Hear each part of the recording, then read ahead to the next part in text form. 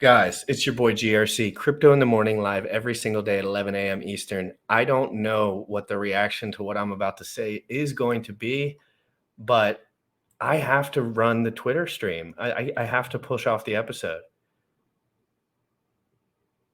I have to push the episode off and just run the Twitter stream because I need everyone to see the LP. Dude, the LP information that we have is so solid, dude. It's so fucking solid.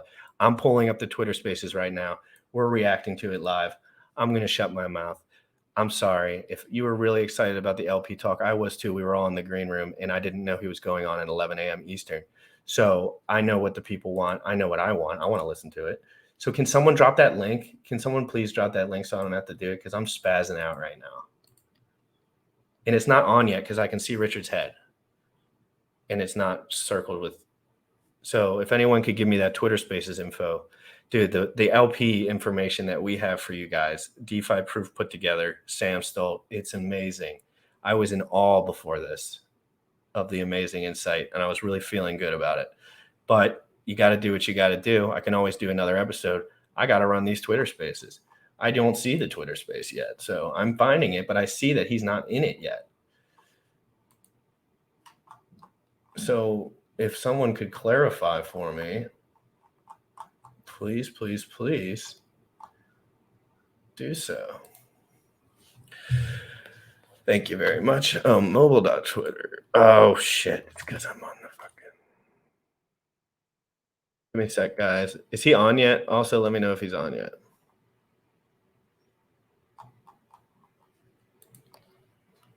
Are you kidding me, dude? Why? Why is Twitter so fucking horrible? Twitter is the worst fucking interface in the world. Can't get there from your fucking computer. You have to do it from your cell phone, but I'm going to make it happen. I mean, you can do it, but you can't speak or listen or talk.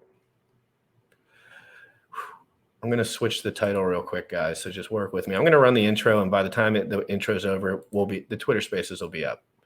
So let me just run this intro for you guys real quick. And right when we get back, Richard Hart live Twitter Spaces. I got to switch the thumbnail. Let's get it. Young folks, you dripping on them motherfucker. Richard Hart. Richard Hart.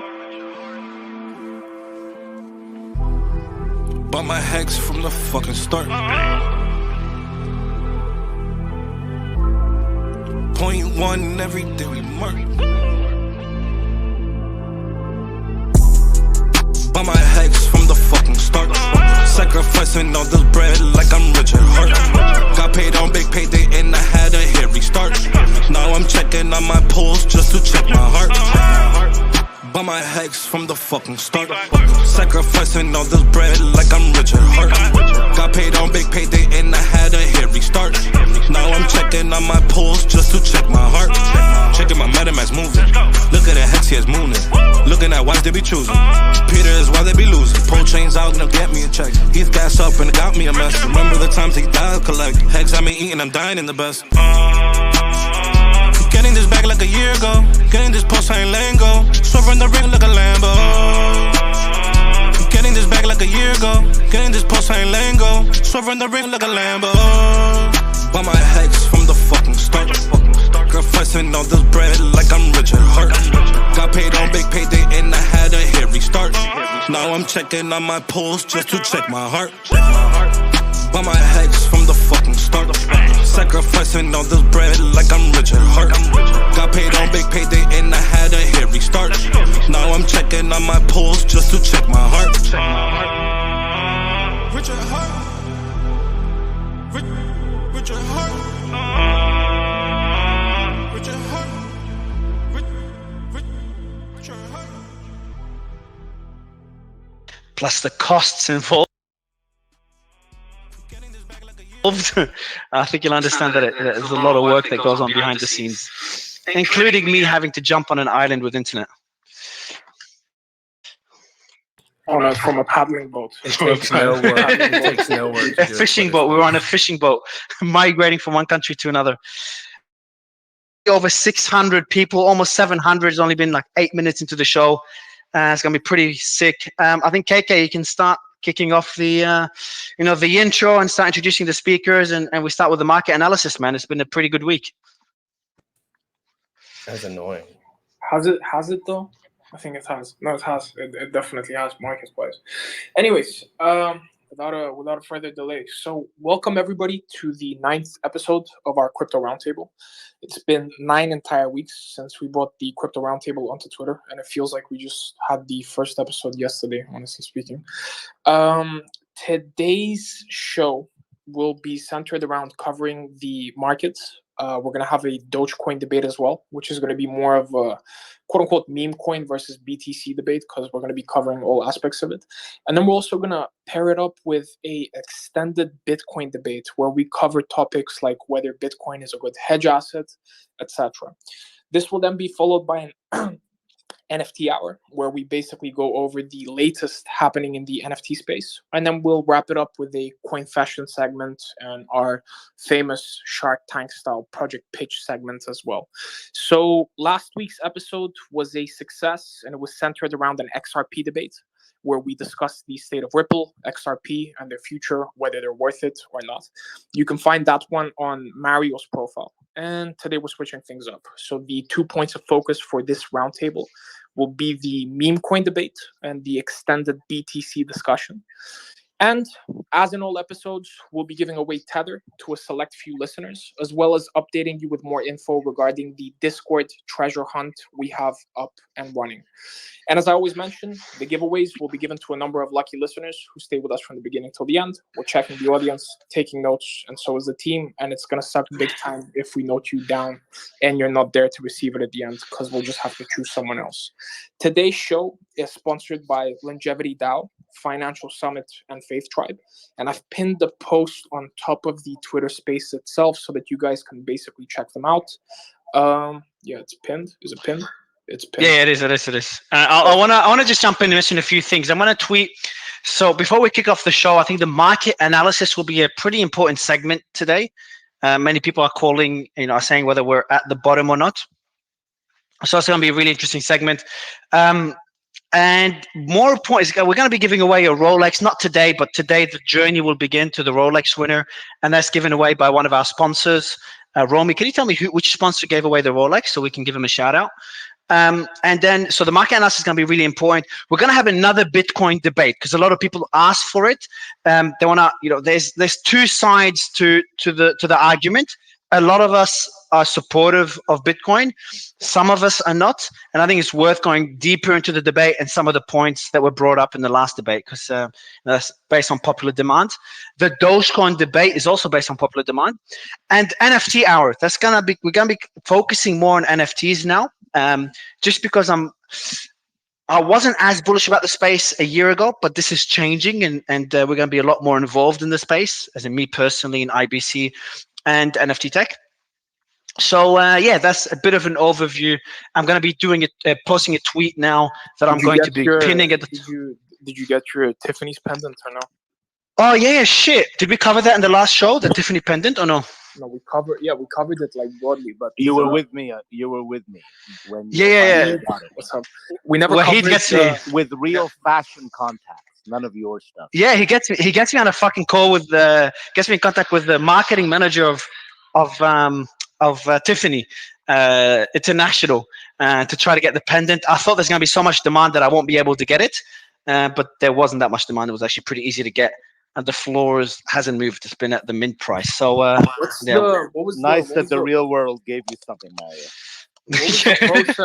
What was the process for you to actually get it and mint it? Speaking to a human being. There's no process, man. You just gotta do the KYC and mint. Nothing more. Did they send it to you? Did you have the chance to actually? No, I haven't unlocked it yet because I don't know whether I'm gonna keep this punk or unlock it on another punk. So I haven't decided which punk I want to put the pendant on, and I'll probably never wear it. It's more of a symbolic thing. I don't know whether it's worth unlocking or not. But yeah, remember, like I haven't. So before we kick off the show, I haven't bought any NFTs other than a few small ones here and there, and the punks. I haven't bought apes yet, and I'm gonna start buying at different NFTs of communities I support. But I've been very wary of the space. So have many people from the 2017, 2016, 2015 era. It's just something worth mentioning. and a lot of us are a bit late in getting into the space just because we were a bit wary. We're going to be giving. So we're gonna say, guys, just so you know, if there's spots where I know RH won't be in for a second, these guys are absolutely fucking obnoxious. If they only knew or checked their audio or did anything properly, they could speak like a normal volume into the mic.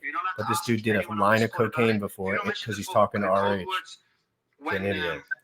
When you win, you don't get the prize. So this is to make sure you're all not only in the space but listening, paying attention, and you're going to be benefiting at the end of the day. We're giving you information that's going to help you on this journey, on this Web3 journey. But I'm gonna be giving counter code words, so like artificial owl, which so basically the code word that I say doesn't actually count. Yeah, you know how much hate I'm gonna get if you do this. But yeah, man, let's kick off the show. Let's do it. So I'm gonna mute you. Can I mute you? No, because I can hear you. I'm muted. I can hear you. It sounds like you're having a sensual moment there. It's like it's. Really I'll mute myself, and I'll mute myself. Yeah, shut the fuck up too, you fucking moron. Okay, yeah. All right, just mute yourself. All right, perfect. So let's quickly hop over into the market analysis segment of the show. So over the past couple of days, something good has basically happened. The U.S. Consumer Price Index report, which measures inflation, came out lower than expected, which basically caused crypto to jump as it alleviated the pressure of potential future rate hikes. Now, as you might have figured, rate hikes affect crypto negatively. Over the macro, the Fed is essentially increasing rates so that banks have a harder time borrowing and lending, which in turn ripples into the entire economy, making it more expensive for businesses and consumers to take out loans, which cools down the economy, kills off market demand, and is the main weapon that the Fed has to kill off inflation, which is an issue right now. This week, it was expected that the Fed will increase rates even further throughout the upcoming months, but it turns out that this isn't the case, at least for now.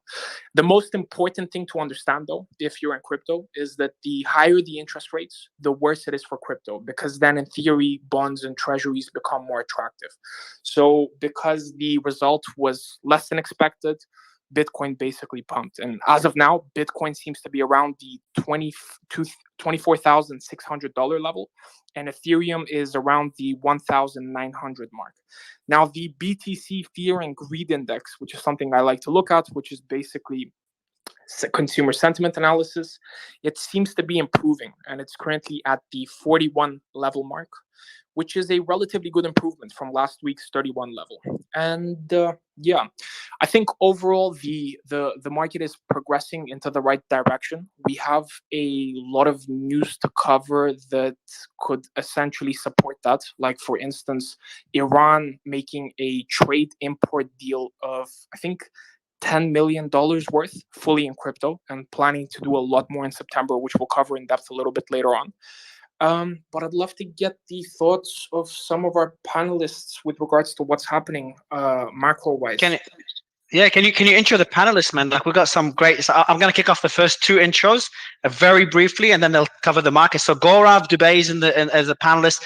He's the CEO, the owner, and he's acquired an incubator called TDefi. Great personal friend, and they're one of the biggest incubators in crypto. They've been around in the space since, I think, 2014. We got Tom Nash, Miles, Wahid is back. Bullish is here as well. All of you know Bullish. Stacky and Alf, I think you both know them. But yeah, so we'll kick it off with. I want to kick it off with Gaurav and get your thoughts on the market. Gaurav and Simon's here as well. Bullish. Biceps for bullish. Market. Do a quick intro for the audience, maybe 30-second intro, maybe even 15-second intro. And yeah, we'd love to get your thoughts on the market, man. You've been in the space for a long time. Thanks, Mario. It's my first space, technically ever. Usually not here. So TDefi is a crypto incubator. I think most of the speakers I can see here know about it. I've been in the space since 2015, mining, creating payment solutions, and investing in companies like since ever, Ripple, Ethereum, and the first ICOs. About the markets, there are two sides of it. I think Krill has already covered the technicalities that are related to inflation cycles, Fed rates, banking, interest rates and so on. I'd rather want to focus on Bitcoin in the first 2 minutes. Bitcoin somehow had found a good place in the last 5 months, where it has outbeaten the decline rate of some of the top assets. Right? We've all seen those banners, those memes around the internet where Bitcoin didn't lose as much as a lot of other shares did. Tesla, um, uh, eBay, and so on. Right? I think that's the best sign we have got in the pseudo bear that we have just gone through. Right? We have found the world has seen Bitcoin better than, let's say, most of the stocks. Not just in the American markets, but in the local markets as well. And that has brought attention of, I mean, we already had Fidelity and other larger investment management groups, but BlackRock jumping into the same. Um, there are news about SoftBank kicking off, retail purchase, secondary purchases. So this is a major event when crypto, I mean, primarily Bitcoin, but crypto has found a space of its own in direct comparison in relation to the stock market. So I think that's my perspective to pivot and start the conversation. Yeah, I think you made some two interesting. Can somebody expand on the point of BlackRock jumping into the space, considering what a big Goliath they are? Yeah, I think it's yeah. So Gaurav, whoever would like to jump in on this one, I know Tom and Simon and Gaurav and Stacky, or Bullish, whoever you want to jump in on this particular point. And for the audience as well, just to tell the audience what happened. So BlackRock launched their spot Bitcoin private trust for US clients. So if anyone could explain what that is for the audience and what it means for the market. Well, BlackRock is a... Go ahead. What's up, the bullish trader? What up, Stacky? No, you go, ladies first, always. I'm gonna just have my little take on it real quick. So, if you guys don't know BlackRock, I know a lot of people in the audience, mostly crypto. So, BlackRock is basically the largest asset manager. I think 10 trillion in funds, publicly traded BLK. So, I know they launched a Bitcoin spot trust, which is huge because earlier BlackRock were working with Coinbase, and a lot of people said if BlackRock got into the crypto space, it would be really, really bullish for crypto, because that's a lot of clients they have are huge clients, institutional clients, which will absolutely push the crypto space. So the asset managers, they basically saw a big increase in institutions wanting to invest in cryptocurrency. Hey, while this girl's talking, guys, if you don't mind, if you're in here, share this to someone who doesn't have a Twitter. Share it on Twitter. Share it everywhere. Let's get as many eyeballs on this as possible in case it's explosive. But you can go off of that bullish trader. Yeah, I'm super bullish on what they're doing. So in layman's terms, the way I would say is basically BlackRock opened their black book, right? So they open their black book to, everybody that they have in that book now, that now have access to the crypto space with no worry, right? So before any of this happened, a lot of brokerage accounts didn't want to mess with crypto, or they won't want to mess with anybody involving crypto investments. So I think what this has done is not only has it give their black book the opportunity, which is good, which is huge, because that's big, like Stacky said, that's huge institutions that now will be willing to invest, right? Willingly want to invest now because of their portfolio manager. I'll be right back. I gotta pee. Basically going out there making a whole trust for crypto assets. So I'm super bullish on it. Like I said on our last analysis, I said 1850 to 2000 by mid-August, and I'm still bullish on my 2300 going to the end. I feel like that's gonna rocket all crypto in general, just because like you said, $10 trillion company, that's a lot of money. That's a lot of money that can come in here and stabilize this market. And to jump off what Guar said, I hope I said it right. like he said, that pushes a stability in the market to be able to now officially chart crypto like a stock, right? So you can follow a trend, you can call a bottom, you can call a top, you can say when to buy and sell. So I think those two things together are huge for this space moving forward. Yeah, I want to pivot to Wahid and sorry, go ahead, Gaurav, and then I want to pivot. So first, I want to say before Gaurav jumps in, first we got like fucking 1,800 people already. We just kicked it off, over 1,800 people. That's insane. But just want to summarize. In 2017, everyone was talking about the herd is coming. Do you remember that, Simon? I'm sure you remember that, Gaurav, and anyone else that was there back then. Miles, you've been there for a while. Any other speakers been there in 2017 and before 2017? The theme was the herd is coming. The herd is coming. I think we can safely say the herd is here. I'd love to get your thoughts on this, Gaurav, and then jump to the macro situation with Tom and Wahid. But Gaurav, you wanted to comment on this point? Yeah, I want to point out on you exactly pulled up the same timeline and almost the same instance that I wanted to talk about. I want you guys to recall two things. One, launch of Backed, which unfortunately didn't turn up the way it should have. But at the same time, there was another news before we got into the bearish markets of 2018, and it was Fidelity, and they were very loud about it because they actually had a few miners in their kitchen, run by an Indian guy. So they've been testing all aspects of crypto, but they were a bit late to launch it. While the market tumbled, with the Dow Jones crash.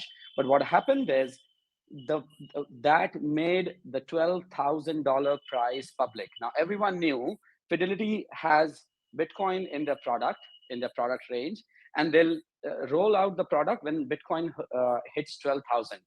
Now you can open up the charts of those times. We had the black swan that made Bitcoin go below 4,000. And it took a bit of time to recover, but the rally from 10,000 to 22,000 was insane. That happens when somebody that is obviously way smaller than BlackRock comes in and only offers this as a product. Now the way Stacky and I'm sorry I didn't get the name, the bullish trader, bullish. The way Bullish indicated already, we're talking about a way bigger portfolio with much bigger control. Fidelity only offered it as a product.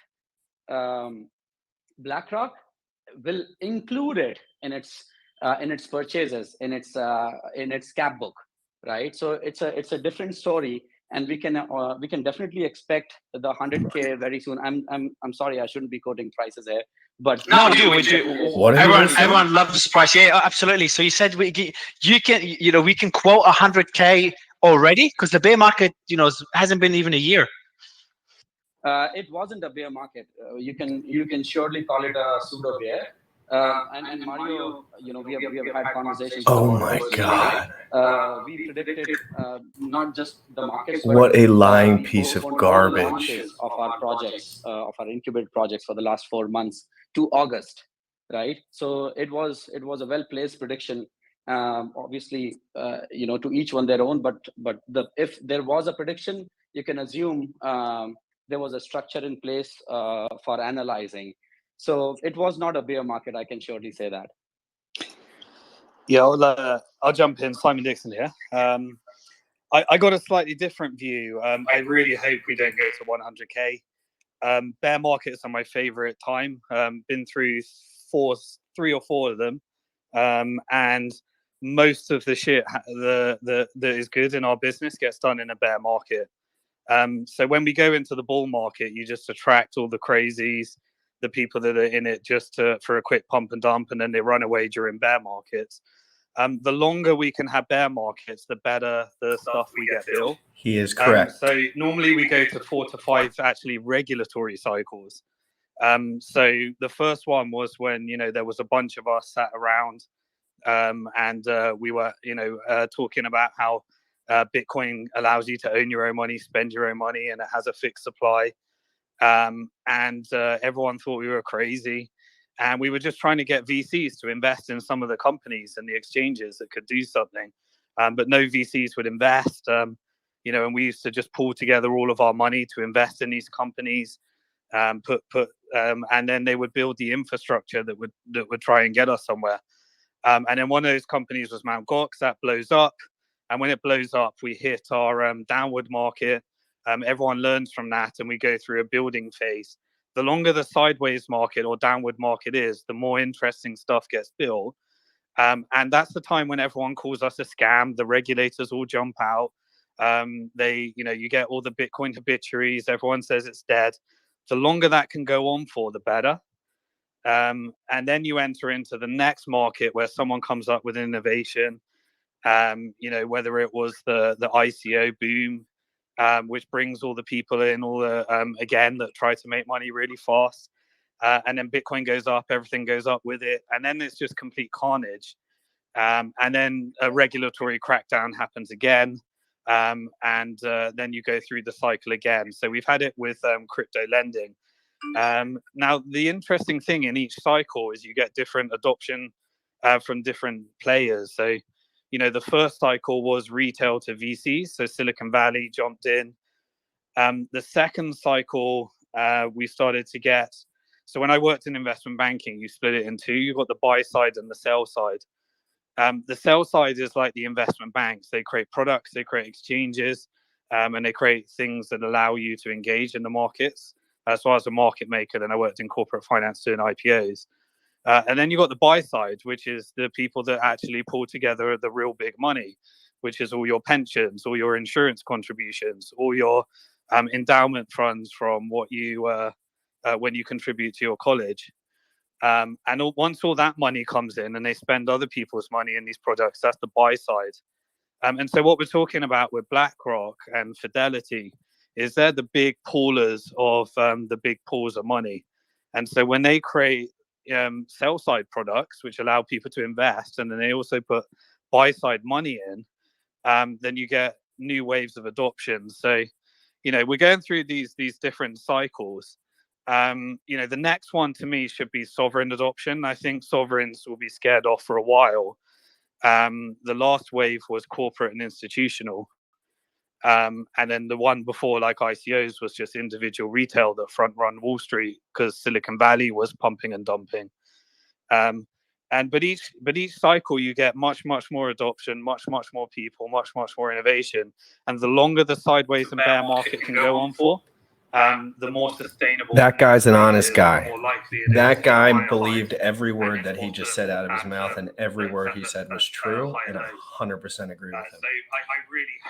That was a realistic take, and I think that was more of reality. The other guy's a piece of shit. But would you say that we are, before we go to the macro situation with Tom and Wahid, would you what do you think of Gaurav's characterization that it wasn't even a bear market? Everyone is calling it a bear. We need a bear market. This whole cycle was built upon unregulated banks, unregulated securities businesses. All of that needs to shake out, and a new environment. Solana needs to die. Cardano needs to die. So I do believe we got to hit an extended. If not, then we need to hit a bear market again after that pump. No, having it or not is a different story, and using it in your favor is altogether a different plan of action, that respectively affects each business to their own. What I was talking about, the patterns and the way these patterns affect the market. Obviously, I'm not talking about personal business here, and I'm with you on that, Simon. We have got the quality of projects and the quantity of projects have exponentially grown in the last 5 months for us. So believe me, as an investor, as a trade bench, as a quant, and as an incubator, we have benefited from the bear market. So just wanted to put my point here. And a question that I got on my Twitter is that if a pseudo bear, in my words, got Bitcoin of 50%, what do I expect when it goes when we really enter a bear? I don't think 50% is at all a benchmark or for a bear market. We've seen Facebook fall 60% within the first month of 2018, with the Dow Jones crash. So I don't think 50% is a bear market milestone for any asset. Yeah. So if we're looking at my milestone, the way I look at Bitcoin is I'd put a 10-year chart out, I put it on logarithmic and say we've never been in a bear market. We've been in a 13-year bull market with That's corrections in between. Awesome. How long, Simon, quick question. How long would a healthy bear market have to last in relation to the duration of the previous bull market? So I'm not a trader. And so that's a you stupid probably want to question. speak to some of the quants and trader people. I'm very much a long-term macro guy and I ignore the rest. So I'm the guy that dollar cost averages and says each and every month I want more Bitcoin than I had last month. So I want the price to go down so I get more Bitcoin. I'm that type of person. I never call the markets. I never buy more when it goes down or more when it goes up. I've just seen too many people get wrecked with that. So not really a trader. And, when I was a market maker, I just know that very few get it right and very few make money trading. So 90% lose, 10% of insiders tend to get that right. And the people that are making money trading tend to be those that are deeply connected to the exchanges, the inside, and are playing all sorts of shenanigans and market manipulations. So I have a question on this point, Simon, and I know Wahid, you wanted to jump in, but before we do that, Simon, I've always been under the belief, and I still believe that hodling or holding your assets is the best strategy, which makes sense.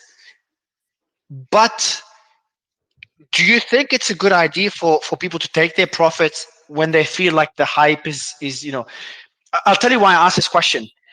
Multiple people held their assets throughout last year's bull market and think it's going to be the extended bull market or the super cycle, and obviously the blue chips corrected moderately, or we could say heavily, and are picking up. However, if you did hold assets that you thought were blue chip but were not, or ended up not being blue chips, they're not recovering as Bitcoin, ETH, etc. are.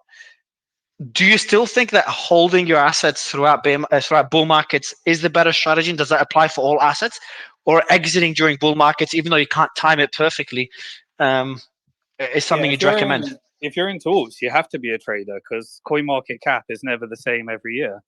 Bitcoin's been number one all the way through, and then ETH has become a bit more consistent. Now stable coins are taken some of that spot, but every year it's a different flavor of the month or flavor of the year in coin market cap. So if you're holding alts, then you have to be a trader.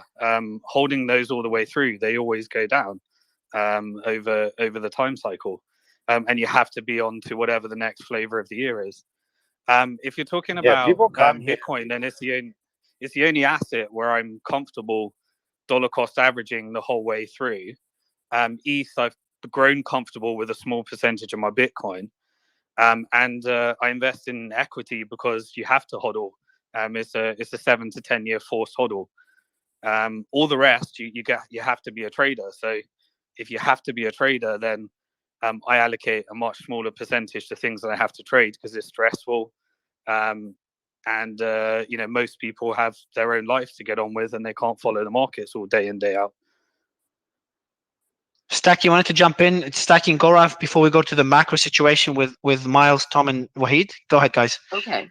So, no, what I wanted to say is, since we're talking in terms of bear market, which is an actual investment term, the actual term is 20% down from the recent.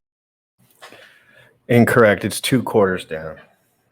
I thought. Oh, she's saying.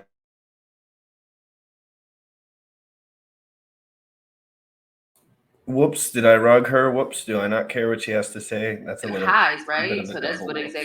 We're in a bear market, Can't really make your own terms up to something, when you're using actual. These people. This is bad. Exactly what you're looking at until we see a breakout above, the downward trend. So once we find a breakout above the downward trend, then we can see ourselves in a different market. If you're looking at SPY, QQQ, and your traditional markets, we did have a slight break on the SPX, but that's all. We're still in a downward trend on both crypto and traditional markets. So are we in a bear market? Yeah. Technically. Yeah, but that's a nice segue to the cryptocurrency. I disagree with that. But yeah, anyway. Nice segue to the Yeah, we macros. know you do, fuck dumb. Well, I mean, shall I go, Mario? Go ahead, Faith. Yeah, Of course, great. man. Great. I love being called Faith. I just wanted to conclude my side simply with two statements, appreciating Simon's perspective about people who are actively investing. Yeah, you guys just muted everyone. I think it was Gora. This is Gora, feel free to disgusting. unmute. Mara, I think you muted I'm an everyone. absolute gym rat fool, guys. Oh, Do shit. not be fooled by All these right. guys. They Go don't on, know you what there? they're doing, and they don't Yeah, care. I'm there. Go ahead, go. Sorry, man. Yeah, go ahead. So I was saying, Simon, you're absolutely right. For someone who's actively investing in the trend of crypto, and also to address Mario's question, you have to predict, no matter how bad it is, and actively trade those assets when you think it's the right time. You have to get out to get into the next flavor. So just an appreciation and acceptance of what Simon said, and that I totally am a living example of the execution of the same. Yeah, I'm a big strong believer too, man. Like if you have assets, right? Like you should know what they're doing at all times. If you're gonna take hard-earned money or money that you have or whatever, this is how I've been my whole life. This is why I've traded my whole life, because when I put my money into something, and it's something investable, I pay attention, I take care of it. So I'm a strong believer in like, yeah, you should cycle through everything you do. You should take profits. You let it dip. If you like that, if you still like Bitcoin at 20,000, then use all your profits to scoop it right back up. But I feel like if you're not taking profits, what are you investing for then? Are you just here? Do you just want to come here just to throw some money in something and hope it does whatever it does? But I feel like if you come somewhere and you drop money, whether you buy a house, you buy a stock, you buy crypto, you buy an NFT, you are here to make money. You're here to have some type of lower buy and higher sell. The thing is, people don't sell. That's the problem. And then they think something's going to gain them more value, and it doesn't. And then next thing you know, you're shit on and ETH is at $900. Oh, that. So I think God, dude, let me shut these motherfuckers up for a minute, dude. These guys are so bad. regardless of Give me a second. Give me a second without them, please. God, give me a second without them. I had to shut them up for a second. I'm sorry. We're gonna stay on Richard Hart watch. I am not going into that bitch again, unless you guys really want me to. I can, but I'm probably gonna stay on Richard Hart watch. That shit's really bad. It's really, really bad. It's so bad. It's just, it doesn't even matter what they're saying at all because their incentive structures are so destroyed. They don't see straight. I can imagine that the guy that's saying the bull market is coming right away has a good old fashioned trade group coming up with a good old fashioned sign up coming up. And he what is he going to say? It's bearish? No, his financial circumstances kind of rely. Not everyone's like that, but when they're so determined, he's like, this is why I buy. I would smack that loser in the face. I would. I'd line those guys up and smack them all in the face. Like, because they're just a disgrace to real work. They really are. And I'm not saying they don't do cool projects on the back, but they're just flimsy, bro. The dude was like, this is why I'm successful. This is why I've been trading for my whole life. It's like, dude, it's not trading. Moving your positions in an asset is not a trade. You do different things with different assets. This dude's picture was a meme coin. It's a fucking picture of a clown. Stupid. It's like, oh, we're going into the bear market. No, we're not. People are still excited. We can still charge them for shit. Wait, hold on. Just be real. Build a real channel.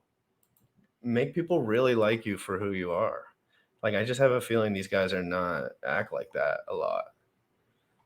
It's just like, it's just because they're on stage, you can tell. It's annoying. And then when RH comes, he just drops redonkulous bombs on everyone. And it just seems so outlandish because these guys have almost never told themselves the truth before, and they get shocked. They're shocked when someone tells them the actual truth.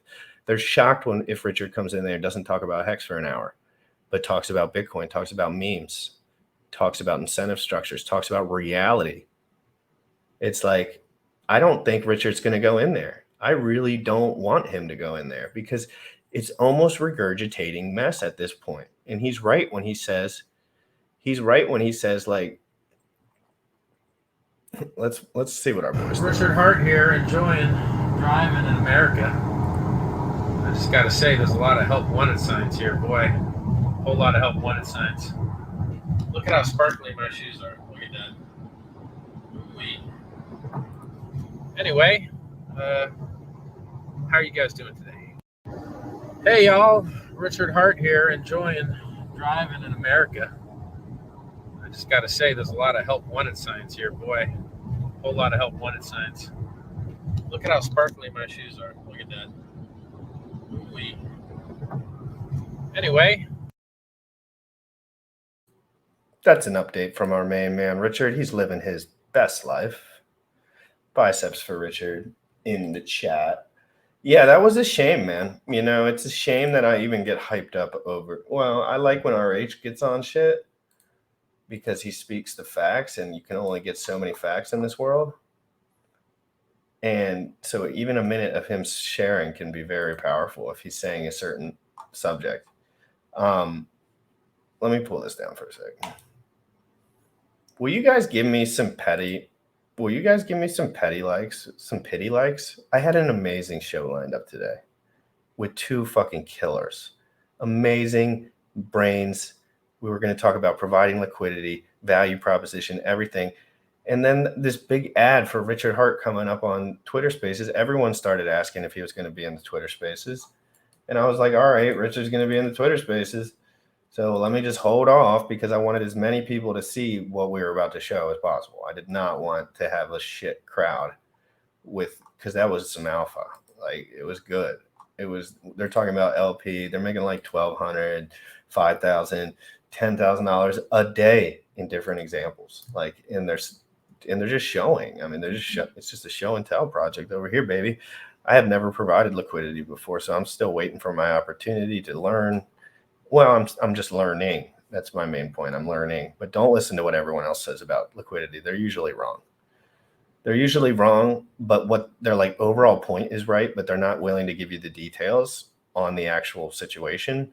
They're just going to tell you that if you provide assets into weak or 1 weak asset, you're going to end up with one side of the asset. And everyone with a brain would know that. If you get to the point of providing liquidity, you know that probably. Yeah, it's for tomorrow now.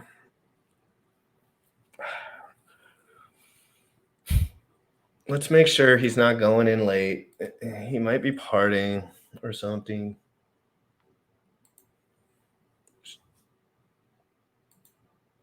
Yeah, you're right. If I mute myself, that would fire up the chat. Yeah, guys, I need some pity likes, sympathy likes. I'm upset. I had an amazing show, an amazing thumbnail, an amazing crew in the green room. And I shut it down because I thought this would be more valuable at the moment and I could reschedule that till tomorrow.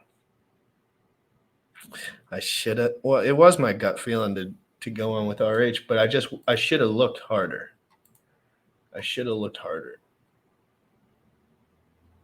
Yeah, let's go to BitBoys. Let's go to BitBoys YouTube. Everyone keep an eye on Richard for me while I'm over here.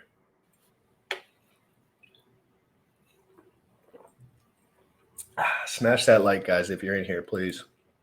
I'm pissed. I'm real pissed.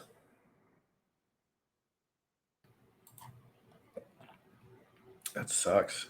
That's going to be phenomenal. It still is going to be the same show, but it's just a day later. That just gets me going.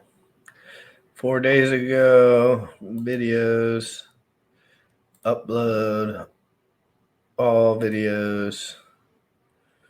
He doesn't have anything pending.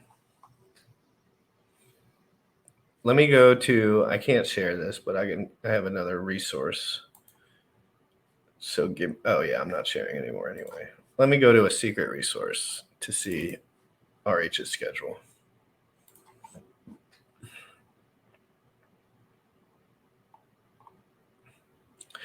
Here it is. Nope, I don't see anything. Guys. Who gives a fuck about the merge, dude? If the merge happens, is the merge happened yet, Optimus? Do you want to show me how it works? Or are they just promising you and then you're taking those promises over other promises? And this is crypto, no expectations, baby. Richard's going to dominate Vitalik in every single way, shape, and form that there is on this earth. It's pending for you. Hey, you mind dropping that link, Broski? That would be top tier. That would be top tier of you to pop that link. Do you guys want to learn about ICOSA? Biceps in the chat if you want to know about ICOSA, Hedron. I can spit that shit off the top. It's all locked in. So if I see enough biceps, I will go into that while I research these other things. Yeah, it's a loose timeline. I'm so sick. Torin, I mean, I hate to be, I'm not even being rude. It's just like, come on. Like, it's been 6 years. And you find yourself belittling RH after they promised this for 6 years. And it's not out. Richard's just 10 times faster, 10 times stronger within his field. I just think Vitalik's lost control now. It's too much. They took too long. It's too complicated. Yeah, it's all ifs. It's all ifs. Yeah, I love when they say coming out in the fall and everyone's like locked in. I'm like, the fall? What? The fall. Okay, cool. But it's just news and people get excited about news. But GRC reads between the lines, baby. And I'm not saying it won't come out, but I'm just saying, like, my expectations for ETH 2.0, I feel like it's pumping already. I feel like it's already by the rumor. Imagine if it's already by the rumor. If Vitalik already dumped all his shit. Imagine. Check the telly. Thank you. Thank you. Check what telly? Oh, thank you. You are God mode, sir. Let's show everybody this stream so they can get prepared. This is an RH stream. It's not right now. It's not right now. Oh, no. Is today, like the what? Is this the one? Is this the RH stream? I'm so fucking confused about what's going on right here. Is this like an ad? Is this like a new YouTube thing where they... This is what you popped up on there. Let me see here. Oh my God. Is RH really in Butt Boy's stream in 10 minutes? Guys, this is amazing. Just watch it here. Do not support Butt Boy. You're not going to be able to interact with Richard anyway. Fuck Butt Boy. Fuck that guy. He would get he will. When I have more followers than him, he's going to get a boxing match or a slap to the face, or I might just cold cock him because some guys just deserve it. But he does it with a smile on his face, you know, which is, he's cute, you know, like you want to get him by the cheek. You want to get him by the cheek and say, you naughty boy. But like, he's not like predatory, if you know what I mean. He's almost just like a nice shiller. That's what I meant. I meant BitBoy. So guys, I'm going to pop this up here in 10 minutes. Guess what we're getting? Guys, come on now. I'm stoked out, brother. Yeah, Chad, sometimes the stars just align. You know that, Chad. Chad, you know that. Chad's a bodybuilder. Sometimes you just get that workout in and you have to cancel something, but then right back at it, baby. Why people underestimate merge? Because it's 6 years of buy the rumor, sell the news. That's why. When it will do less to the gas fees than everyone thinks, and when it price pumps, the gas fees will be the same. That's why. I just don't think it'll have as much price pump implication as people really think. But maybe I'm wrong, dude. I'm not, dude. Come on. Okay.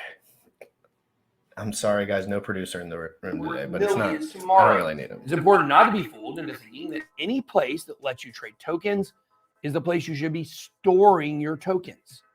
While crypto exchange security has come a long way, and the amount of hack attempts that occur make crypto infrastructure a lot more resilient. But the fact is, if you have your crypto on an exchange of any kind, the exchange has the keys. So therefore, it's not really your crypto.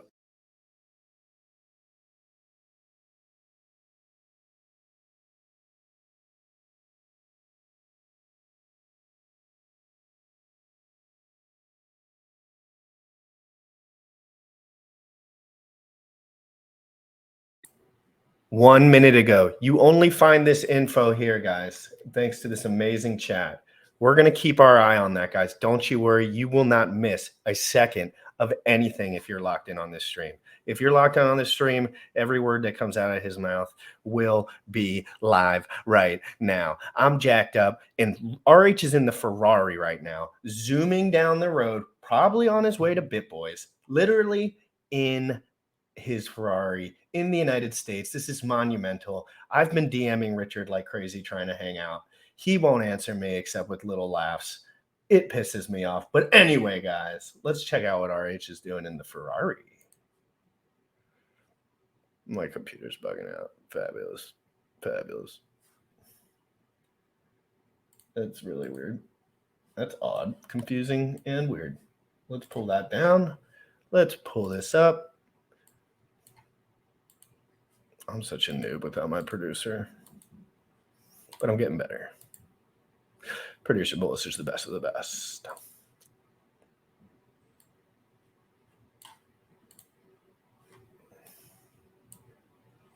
See if this will play. What's up, Richard Hunter back in the Lambo? What's up, Richard Hunter back in the Lambo? Guys, what in the hell is he doing driving that fast? Lambo. What's up, Richard Hunter back in the Lambo? What's up, Richard Hunter back in the Lambo? Woo!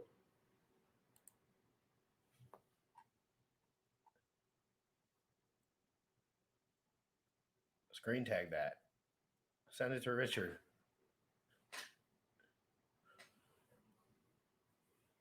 Back in the Lambo. What's up, Richard Hunter back in the Lambo? What's up, Richard Hunter back in the Lambo? What's up? Pick me up, bro. Pick me up, bro. Bro. Pick me up, take me with you. I want to go on BitBoy Show with you. And say, what's up? I'm jacked up, guys. Let's go back to the BitBoy shit. We got 4 minutes till BitBoy. We'll just do the countdown now. Richard, we'll keep an eye on Richard's Twitter too, guys. You can't miss a thing if you're watching GRC right now. I mean, come on. Other than my horrible transitions, like missing like half the content, probably. Hopefully he's focusing on the road. I am not going to click on my DMs. That could be risky. All right, let's go back to the BitBoy. This has been great. I'm so happy that there's going to be some content that I can dive into. And I, for all the shit I give BitBoy for being an absolute fat lying piece of garbage. I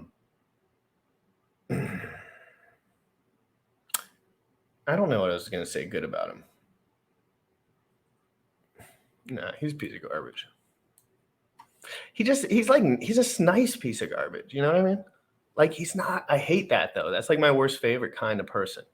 So personally, like some other people would rather deal with a guy like BitBoy because he's friendly, but like I don't like people that say one thing that's like not true. And he'll say whatever that's not true. He'll say XRP is going to $500. He'll say everything, dude. And I just can't vibe with it. I'm sorry. I cannot. I don't like to do that. It's just annoying. It's like, why does he get a freebie? Why does he get a freebie? Like, why can't I get a freebie? Hex is going to $1 billion. Write it down in your mark. And then the next day it just disappears. Like, it's just like when you have that shit going on. Yeah. The interview's in like 3 more minutes, guys. 3 more minutes. Tune in. Tell everyone you know. Support me, not BitBoy. My trajectory is better than BitBoy's. I'm sorry. He's getting old. He's fat as shit. I'm fucking shredded. And I have energy for days. Who do you think? I just can't imagine. This is the competition? I don't believe it. Like when I dream of like crypto YouTuber competition, it's like it doesn't look like this. Okay? It just doesn't. I wanted it to be more hardcore, like some big ripped guy that I had to defeat. Not this guy. But he's a nice guy. I mean, he's a friendly, like, I don't really like friendly. Like, I like truth tellers and like people that just say what they kind of like, which is, not everyone's in the position where they could say. Anyways, let's check this out, guys. I'm going to keep this on for you guys. We got a minute 13 left. I'm going to go use the bathroom, get a drink. I really think you guys should stay in here. I really think you guys should support me and not BitBoy. I say that from my heart, because I'm not saying he's a horrible guy. He's going to hell. But if there's like a middle spot, he's going to be in there. He's not going to heaven. 0% chance. GRC's going to heaven. I already repented for my sins of my past. I did many years of hard work on all that shit. Now I'm here. No more lying. Everyone's happy. Going to heaven. And BitBoy's going to go in the medium area. Not hell, though. That's where I got to think of the hell list. Well, I'm a sub here and not there. Yep. Guys, everyone stay tuned. This is great. This is absolutely great. I'm stoked out. Let me drop a link down for you. Oh, wow. Do I have to do another pathetic? Nope, I'm not even tweeting this out because all my tweets are pathetic at this point. It's all misleading journalism. I was going to teach everyone LP and then do the Twitter spaces. And now we're going on with Richard Hart on BitBoy Live in 1 minute. Yeah. I really like the value proposition of when Richard streams other places, me just streaming it. Because to be honest, I really don't think these guys are that great for society at all. But they're helpful to us because they give us a platform of plebs. Maybe a couple of them have brains and they move over. And that's really what RH is going for. Like that majority of guys with a little bit of capital that actually want to make moves. But I would never tell people to go to BitBoy's channel and support him. I would support myself over BitBoy.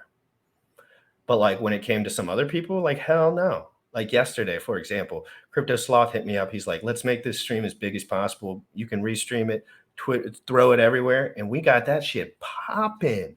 I swear to God, I was watching that chart go up. I got everyone in the community. It felt so good. It felt so good to have him. He reached 1,000 subs while I was on stream. We all went on with Alex and we talked to him.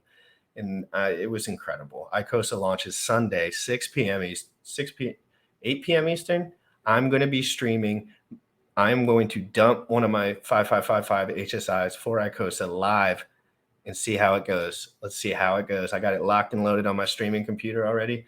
Just a little HSI stake 5555, and I am ready to go. So on Sunday, you are going to want to be here, because I'll fuck up for you. Let me fuck up for you. Gifford, what a great stream, brother. Dude, that was impactful in a lot of ways. It just felt good. Alex sitting up there really showing his stuff, man. He really told some people some really good knowledge about some of those factors where you don't sell. You don't have to sell your hex. You can create perpetual yield in a feedback loop system with your own asset. And we've seen this before, and he was just explaining it. And I loved every second of it. All right, guys, I'm going to be right back. I'll pull this all the way up so you won't miss a thing. Again, remember, if there's any updates on anything, if you drop it in the tweet, that's something that I wanted to learn about the HSI stake. Yes, exactly. I'm going to be able to show you live, and you can just watch me and do it right after. And if it's successful for me, then we'll talk about that, and you can make your move on that. You don't have to be the first one to do it. Trust me. Like, you can be like the 100th. But let there be contract risk on my streaming computer rather than your main wallet.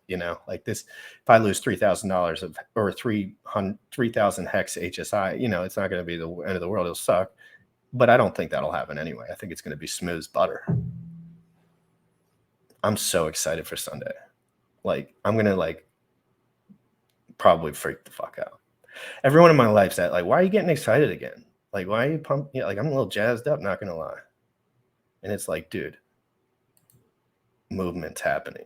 The only thing that's bad is inaction in the market. We like action. Downward action, it eliminates bad actors. Upward action, praise to the gods.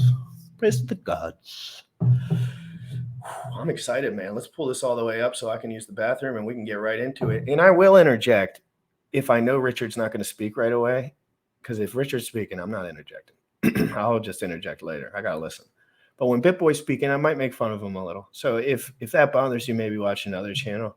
But I might even fat shame him, depending on, I don't know. He just bothers me sometimes.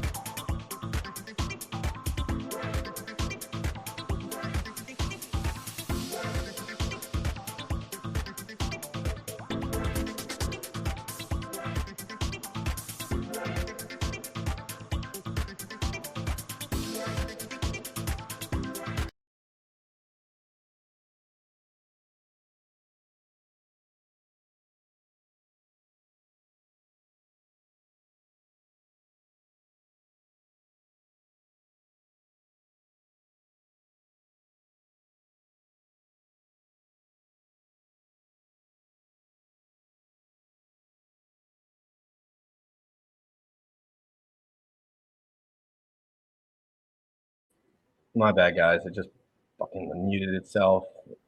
It's coming right now in 3, 2, 10-second countdown. 9, 8, 7, 6, 5, 5, 5, 5. He's not on yet, so don't worry. Gucci Crypto. Oh my god, please! My computer's so fucking shit. But don't worry, guys. I'm pulling it up right now. You guys know I'm reliable. You know it. You know it. I fucked that whole thing up. I'm a piece of garbage. Gucci Crypto is what it's going to be called now. So, Richard, what is going on, man? Man, I got everyone was like trolling me, like Richard's never gonna go to America. I know. They're gonna arrest him at the border. And I'm like, man, y'all are so stupid. I go to America whenever I went.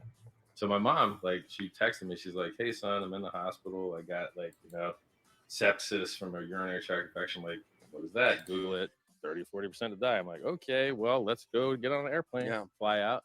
And the antibiotics have got her sorted now. Thank God. Ma's okay. But I was like, you know what? Now that I'm here, put a TV on the wall, install some bidets. So if you go on my Instagram, there's a 30-minute video of me installing a bidet from start to finish. Open it up, read the manual and all that. Yeah. It works great. $100. If y'all don't know, go to your local Home Depot or Lowe's or whatever you got and install a bidet for $100. You're going to love it. It's really awesome. Oh, let me tell you what I had this week. I was in Canada, stay at the Ritz, pretty nice hotel. The toilet had a remote. Yeah. Had a remote. You had to press it to raise the seat, to raise the cover, flush it. You want the eco flush. Had a massager on it. Yeah. Here's the problem I have with them. And them fancy hotels, half the time that remote don't work or it's got poop on it. Oh. And I'm just like, man, I don't want this remote, bro. This remote is messed up looking. Man. I always think the same thing. Like, you don't want to be touching all that stuff. It happened to me in Czech Republic, bro. Yeah. I went on TripAdvisor, got this good hotel. It was like Oriental looking in Prague. And there was poop on the remote. You turn on the lights, everything was dirty as heck. I'm like, this hotel sucks, man. I went to the Four Seasons real quick. Yeah. Like, no, I ain't been in the Four Seasons in a while. I'm all up in these real cheap hotels lately, bro. Yeah. Everybody... Bear market? Is that what's going on? Yeah. Or, I mean, how do you afford the Gucci shorts if you're not staying in a Hampton Inn? Well, here's the funny part, right? When you cross a national border and you're like, oh, so usually it is going to, if you're spicy, they're going to image your drive. So you got to do nation state level endpoint security. I just didn't bring a laptop, man. Yeah, this is my phone. I don't ever bring a laptop. So I ain't got nothing. I can't log into nothing. I can't do nothing. I'm just pretty much just my credit cards and my cell phone. I can't post on YouTube. I can post on Twitter because I'm logged in. I Yeah. post on Insta, but like YouTube, I can't. I got you, bro. Don't worry, bro. Right hey, look at this is a giant audience. I got you, bro. So what? So you went to Fuck Bit you Boy. went to an electronics store. How much did you spend? Oh, I got a. Yeah, tell me about I didn't that. get arrested. They were almost right. They all said you're coming to America. You're getting arrested. You almost did. Yep. I told everybody that I don't like America because it's too violent over here. Yeah. I've had too much stuff go down. I'm from South Florida. I'm from Fort Lauderdale, about 20 minutes north of Miami. I've Nice. seen a lot Me of too. bad things happen. You are? Yeah, that's where I was amazing. born. Yeah. Man, there's some bad stuff that happens down there. I've seen gunplay. I had to pull gun on people. You know what I mean? We had Yeah. Secret Service trying to stop people from doing credit card fraud at my electronics store. Used to put music in people's cars. And so people don't believe me. They're like, man, that sounds like a scam, bro. You just, we don't believe that because they're from nice places where bad things don't happen. Man, I was in South Carolina and I went shopping in Best Buy 3 days. First day, I went and bought some memory cards, some scanners. Next day, I bought some tripods and some memory. And then the third day, I bought, the second day was TVs. Third day was scanners because they're doing this movie about me. And we had to scan all my mom's photos for the movie, which is done, by the way. So they're selling it to Netflix, like basically in the next week. We'll see if they buy it. And so I'm not sure you're interesting enough, Richard. Oh, right. Hold up. Wait till I tell you the rest. Oh. So they like this lady that always had an attitude. I'm trying to be nice to her. I'm like, hey, I do live streams. You do any live streams? She just didn't want to make eye contact. Seemed real unhappy looking lady. She called the police on me for shopping. The police came and detained me for shopping.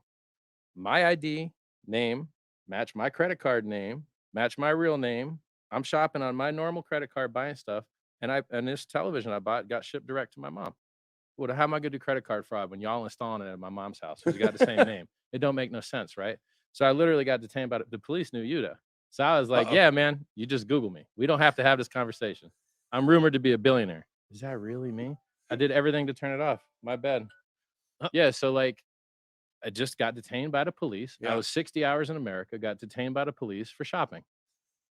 Wow. I was like, and you know why that happens, by the way? Because people go do credit card fraud there. Yeah. And so because they don't use PIN numbers in this country, you could be at a restaurant, look at someone's numbers and just use a card writer to write them to any card you want. And so, because y'all don't use chip and PIN here, you could just write that data to any card you want and make fake cards. And so if you work at a restaurant, you could just scan somebody's card on your reader real quick. And so if they fixed the billing in this country, which crypto fixes this billing problem, the reason law enforcement is so terrible here is because the criminals are so terrible here. The reason the cops got his unsnapped hand on a gun when he pulls you over is because sometimes he pulls someone over and they just start shooting straight. So when you live in countries where people are safer and nicer, the police is nicer. But when you live in a place where the criminals is real mean and doing a lot of crime, like America, you get the police is mean, right? Yeah. But anyway, I was like, hey, man, you're going to see me on BitBoy Crypto in a few days. He's like, I know BitBoy. I'm like, all right, well, all the cops know me. There you go. There you go. Yeah, so y'all, there's better places in the world. You do not have to get pulled over for shopping. You don't have to risk your life when you get pulled over. Yeah. In America, you get pulled over, man, you might get lit up. You might get beat down. Oh, I smell something. Oh, so I've got to wait 40 minutes for the dog now? Or they do this compound question. Hey, do you want me to let you off without a ticket and can I search your car? Well, I want to say yes, but which one am I saying yes to? They use these tricks, man. Yeah. People don't realize how bad it is, man. Like it's well, I got beat up by the cops one time. Yep. Yeah, true story. In jail when I was 19. Oh, geez. 19. I was drunk, in my. I was also beat up by the cops at the age of 19. And so that's a funny story. Miami Beach, and they put me in the jail cell. And 2 cops held me by both arms, and one just punched me in the stomach and threw me on the ground, kicked me until I couldn't take it anymore. That's what getting beaten up is, by the way. When you're getting physically assaulted to the point you cannot take anymore, and it just keeps coming. It was really bad. Why didn't I sue him? Well, my gosh, you can't sue the mafia. So they mess you up more. Like, yeah, exactly. You ain't gonna change states. No. You put a suit on them. You and all your people start getting pulled over for all kinds of weird stuff. It's not. Man, if you could go see how they do it in other countries, they really do it better. And the statistics show it. There are plenty of good cops out there. Those are 3 cops that did that to me, and I don't want to lump everybody in. But Richard, let's talk real quick. Obviously, the markets are pumping today. Things are going insane. We got just a couple more minutes up here before we bring on Tom Crown to do some TA. I want to know just real quickly, like, what's going on with Pulse Chain? I know that there's been some delays on it. A lot of people are asking questions. There ain't never been There's never been a delay. Well, there's never been a I'm just delay. going by what people say. I know because they stupid. Yeah. Hey, everybody, listen. I told y'all we call it low IQ on the channel. I told y'all I ain't never given a good time estimate on software in my life, and no one ever does. Everyone's always late every time because you have unknown unknowns. You can't predict how long it's going to take till you get closer and discover what the bugs are. One time, I made the mistake of saying some of my devs said we could launch in mid-May because they thought we could, but they weren't my best devs. Then my best devs looked at it and were like, no, we got to fix this, this, this, and this. And then I should have just never told y'all what my devs told me. Like I should have just kept it quiet because then there wouldn't have been no quote delays because there was never a time frame. It's done when it's done. You know, look, when Hex came out, it's 100% perfect flawless operation for years now. 1,000 days, went up 10,000x in price. Everything else has failed all around it. It's been paying interest regular for 1,000 days. It took a year extra beyond what we thought because to get it right, you know. And y'all listen. And when he said that I was an interesting dude, I'm going to hit it real quick. Y'all should listen because I own the world's biggest diamond. I own $10 million of watches. I own $3 million of cars. I twerk like a demon. They're making a movie about me. I called the top on the day. I called the 65K top, and it had been in profit every single day for a year and a half, except one day, the Judas candle, we made a 6% higher high from 65 to 69 and went straight down. Yeah. Everyone else said it was going to 100K. I called it right. I told you to pull your coins from Luna. I told you to pull your coins from Celsius directly. I mean, I can't do anything more for everybody, man. It's what like, they're asking for is before we wrap, we definitely need to see I think it's a dead cat bounce. I think we're going to 11K. I think there's a 33% discount on Grayscale Bitcoin. They own 3% of all Bitcoin. I think the Mt. Gox coins are going to come out. I think the 70,000 seized from the Finex hacker could be sold by the DOJ instead of given to Finex. We'll see how it works out. And I think they're not giving that back. There you go. Yeah. And I think that Ross Ulbricht's got some coins that are going to get sold too, but I don't know how many there are. Could be 300,000, could be 50,000. I got to look into it.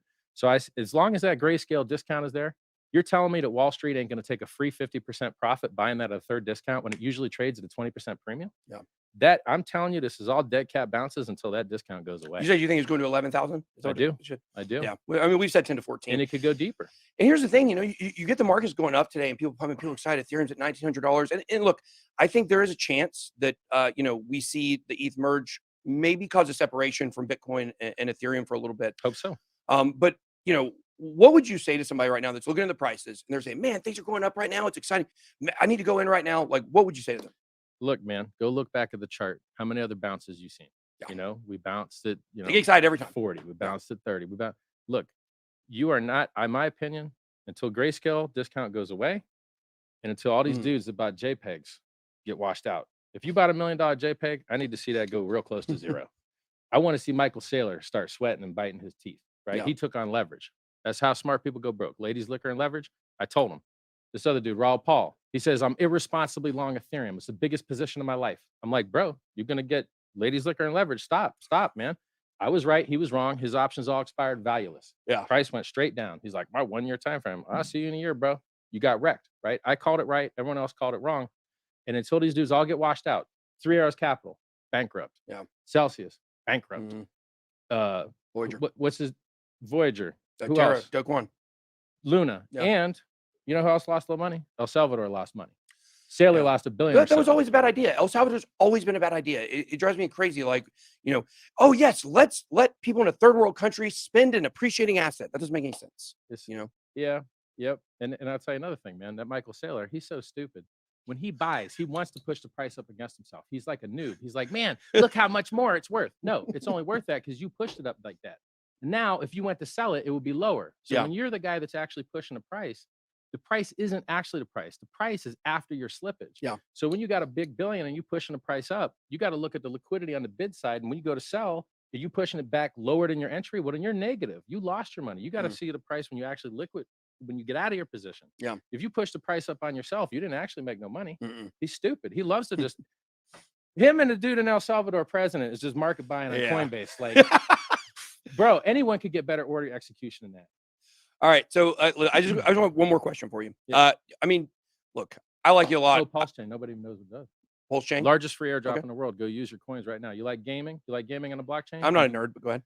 Oh, please, man. I've seen your office. Dog. You got 1,000 computers. Oh, come on. They're about people. Go on pulsechain.com. Go play with your coins on a testnet. If you had coins on Ethereum 6 months ago, 8 months ago, they're all sitting there for free. You could go trade, see if you can get rich and not get wrecked. Yeah. It's all pretend right now.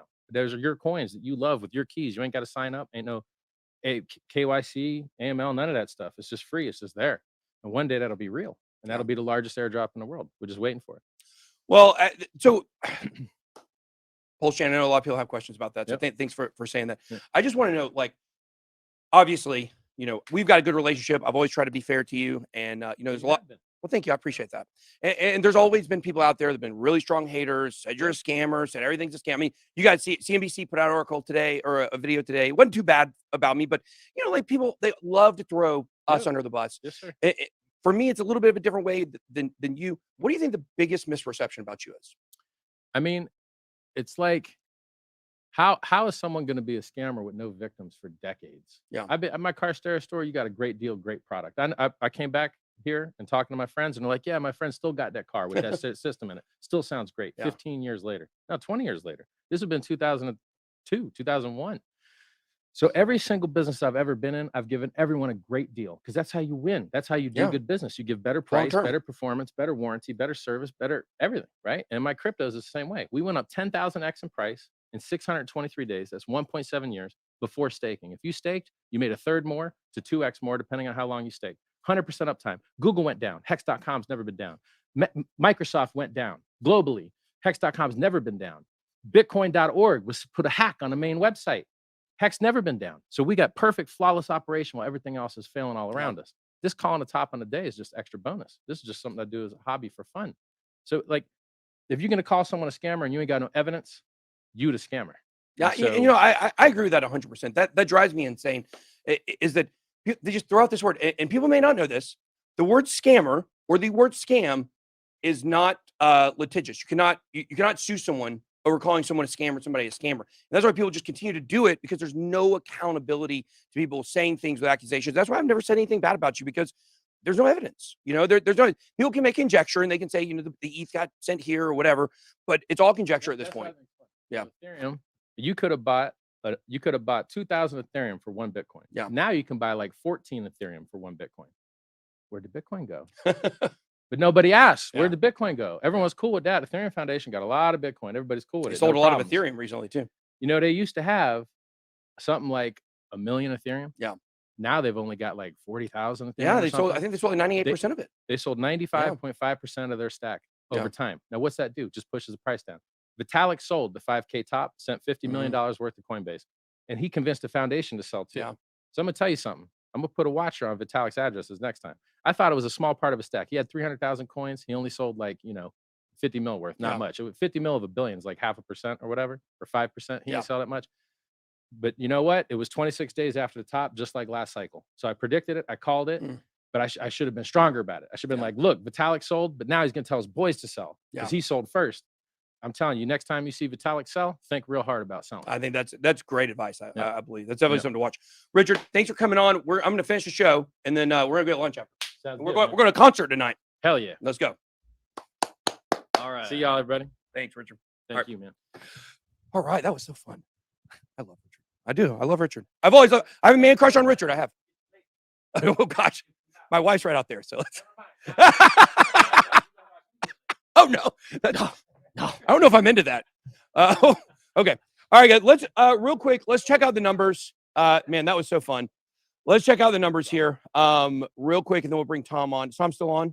Tom is in the wings. Okay. All right. We got just check the numbers real quick. 20,541, 507 exchanges. We got 1.15.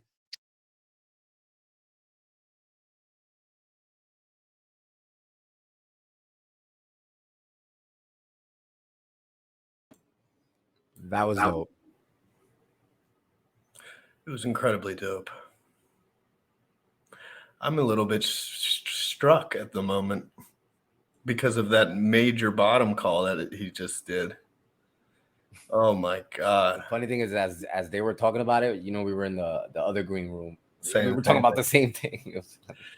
I'm going to play it back, guys, to that primetime moment in there where he, first of all, notice this. I caught this. I don't know if a lot of you guys caught this. The other dude came on the screen in the bottom right. It was really quick. They were trying to do something. And he said, twerk. He said, Richard, will you twerk for us? But Richard thought he said, give us your outro. That's what he thought he was saying. So Richard just started speaking and dropping the bombs. And the dude was trying to get him to twerk low key.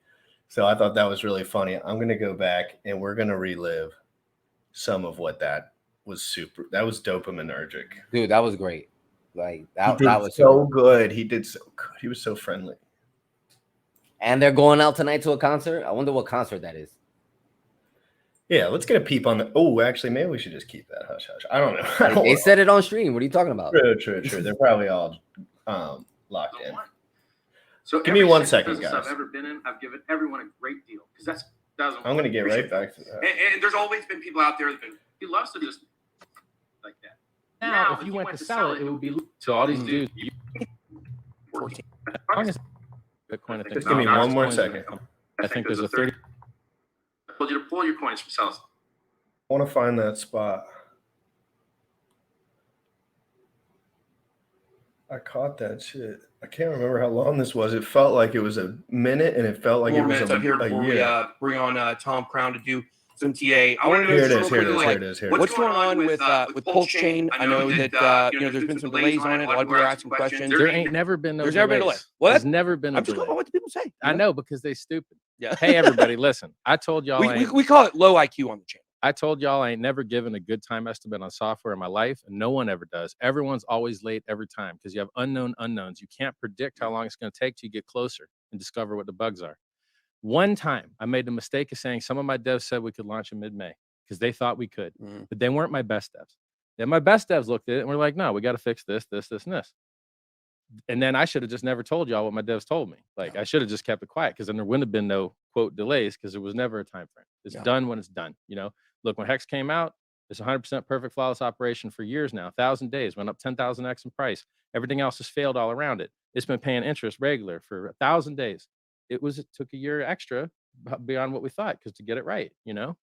And we all y'all listen. And when he said that I was an interesting dude, I'm gonna hit it real quick. Y'all should listen because I own the world's biggest diamond. I own $10 million of watches. I own $3 million of cars. I twerk like a demon. They're making a movie about me. I called the top on the day. I called the 65K top, and it had been in profit every single day for a year and a half, except one day, the Judas candle, we made a 6% higher high from 65 to 69 and went straight down. Yeah. Everyone else said it was going to 100K. I called it right. I told you to pull your coins from Luna. I told you to pull your coins from Celsius. And when he mentions directly, he didn't just say Cell's not a good buy. He didn't just say Terra Luna's not a good buy. He looked those founders in the face and said, they're scamming you. And even in one occasion with Mashinsky, he said it to his freaking face. Like, who does that in crypto? He said to Mashinsky's face a year before Celsius failed, when it was nearing all-time highs probably, that it needs to be switched or else. And guess what? They all got liquidated. Let's keep going. Thank you, RH. Directly. I mean, I can't do anything more for everybody, well, man. It's what like, they're asking for is before we wrap, we definitely need to see I think it's a dead cat bounce. I think we're going to 11K. I think there's a 33% discount on Grayscale Bitcoin. All right, guys. Please, I know everyone wants to get this info again, but I have to highlight bottom right corner, guys. Bottom right corner. The dude slides on. Little dork boy. He hates RH. I've seen them in streams before. He's envious, right? He's got PP envy, as they call it.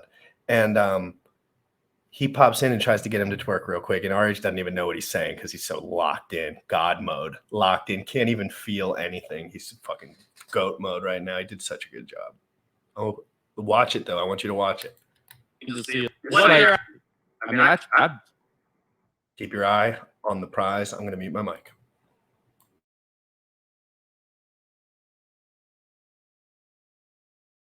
I can't do anything more for everybody, well, man. It's what like, they're asking for is before we wrap, we definitely need to see I think it's a dead cat bounce. I think we're going to 11K. I think there's a 33% discount on Grayscale Bitcoin. They own 3% of all Bitcoin. I think the Mt. Gox coins are going to come out.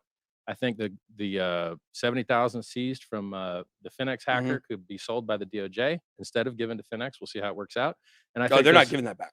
There you go. Yeah. And I think that Ross Ulbricht's got some coins that are going to get sold too, but I don't know how many there are. Could be 300,000, could be 50,000. I got to look into it.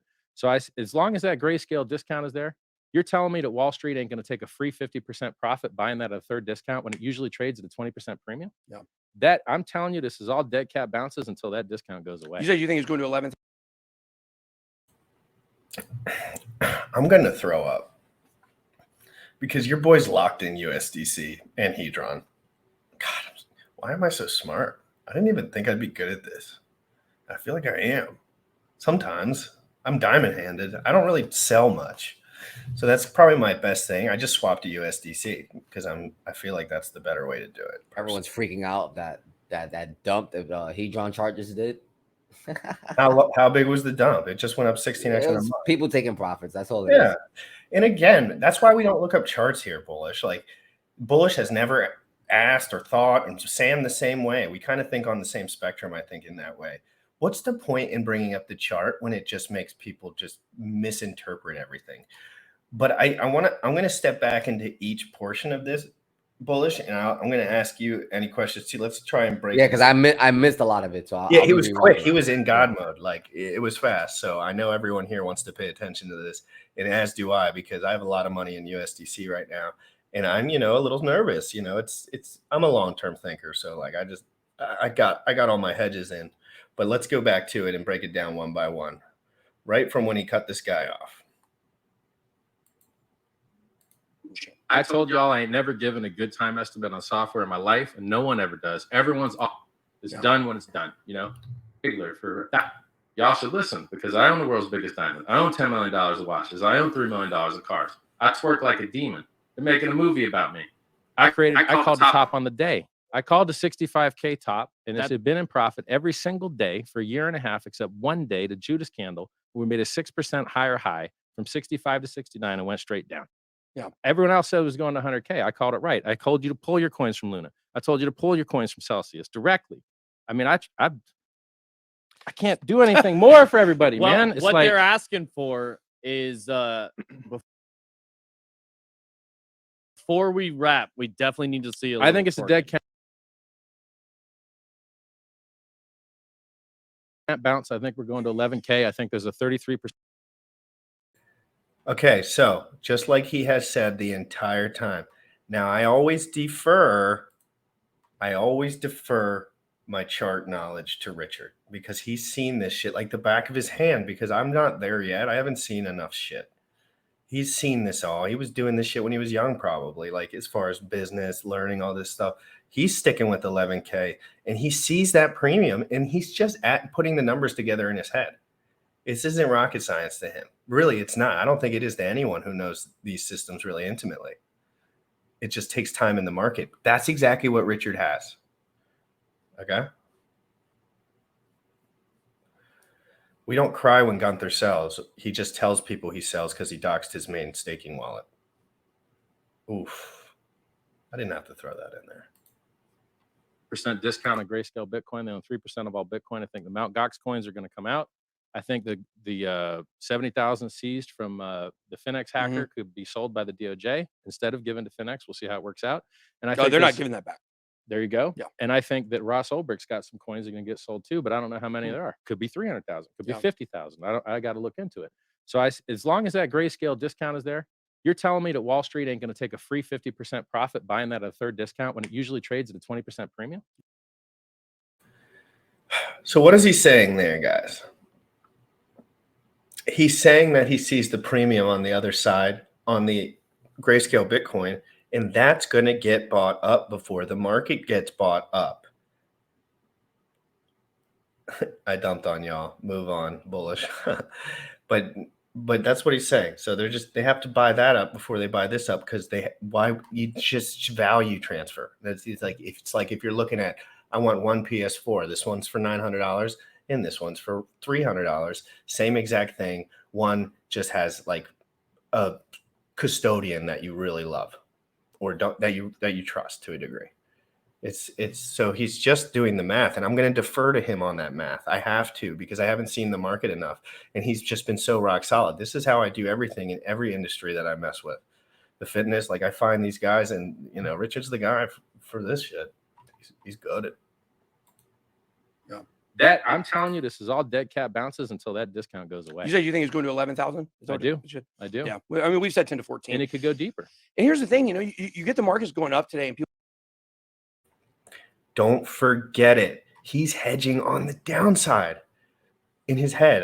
It doesn't mean he's right. He can't know that much information, and that's basically what he's saying. But in his head, he's hedging down. He thinks it could be worse. Extrapolate that information in your mind. Don't listen to the dum-dums. Don't listen to the dum-dums.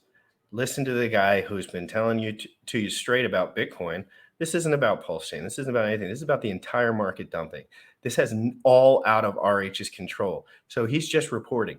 When it's stuff in his control, he tells you different stuff. But when it comes to this, he tells you the truth 100%. You can't know what you can't know over there. But when he's talking about the market, the general market, he's always being 100.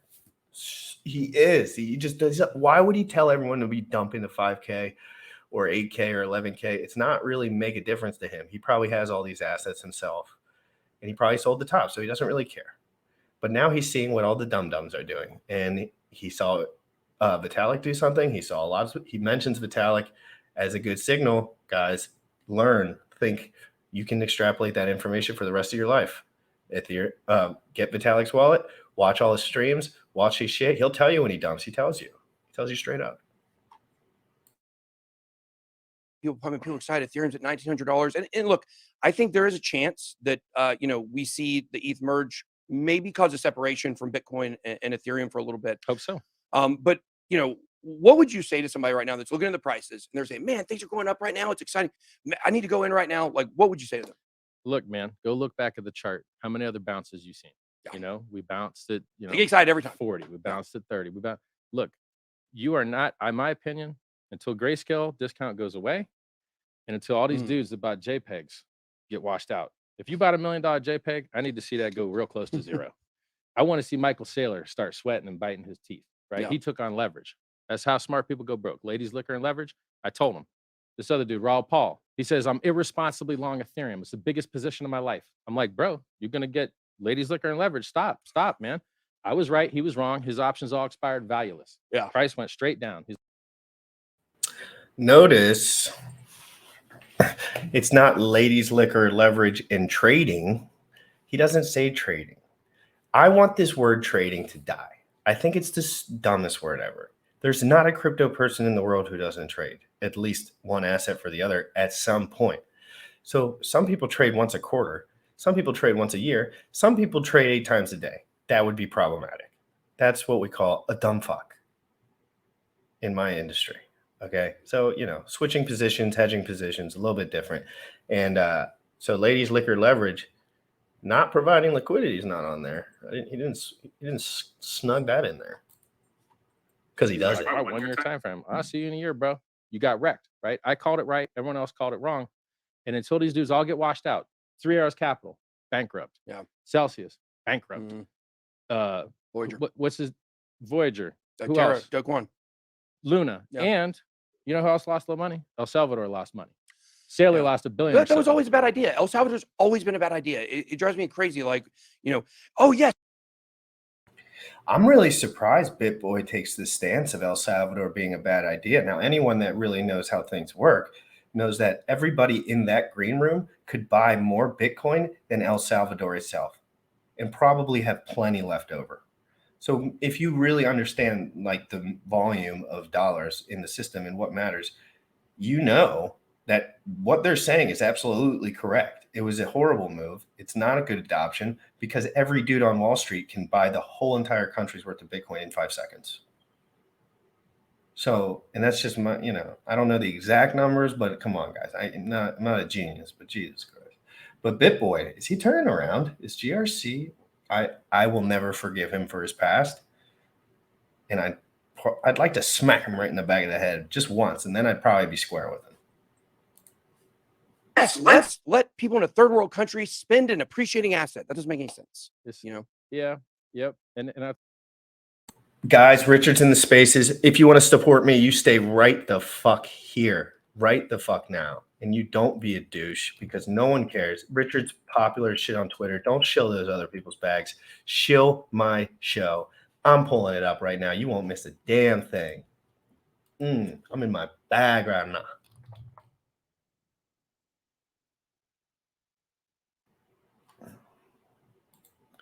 I'm pulling it up. Here it is. Look at that. I'm getting a little smoother, guys. I'm getting a little smoother.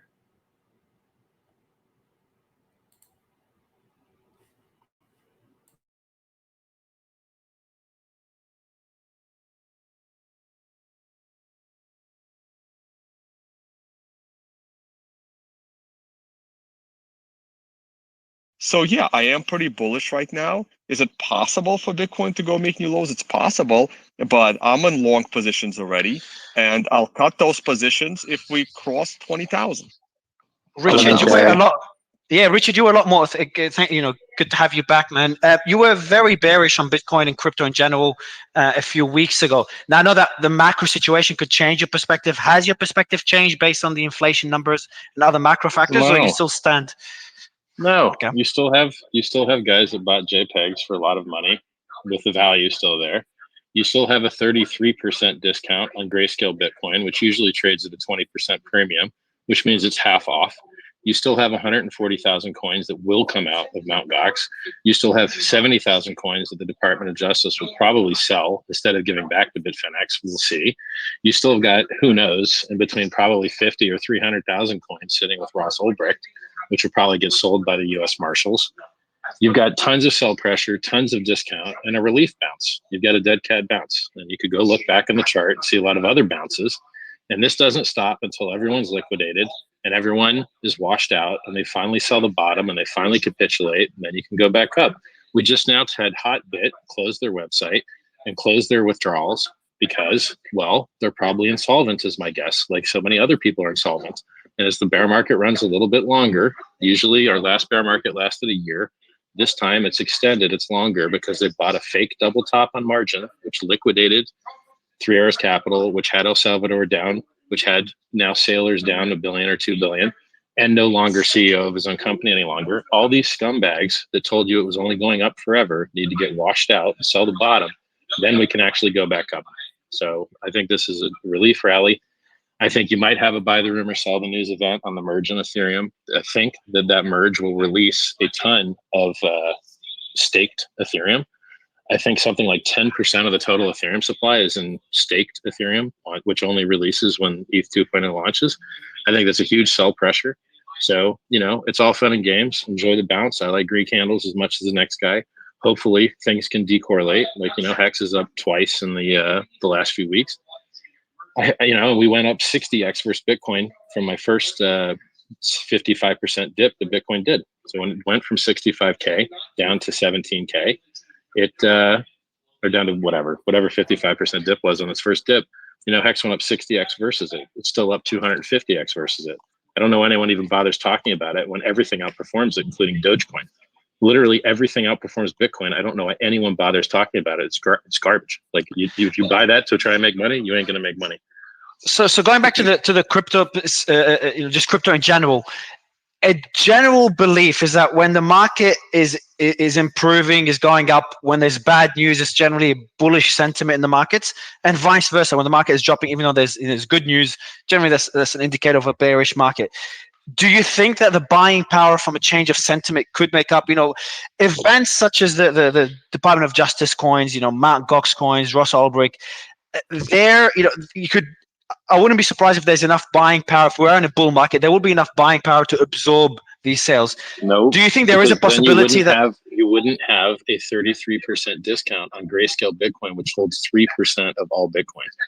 They make $600 million a year selling 2% of their portfolio for fees every year. The amount of actual retail money that goes into Grayscale is everything. We went up on Grayscale in the Coinbase IPO. We went down the minute the Coinbase IPO happened. They started liquidating their Grayscale positions early, which is why you saw the premium disappear and go into negatives or go into baseline just before the IPO. And so I called the top on the day. That top call was in profit every single day for over a year and a half now, except for one day, the Judas candle, the 6% weak limp tick higher high from 65 to 69K. Then it went straight down after.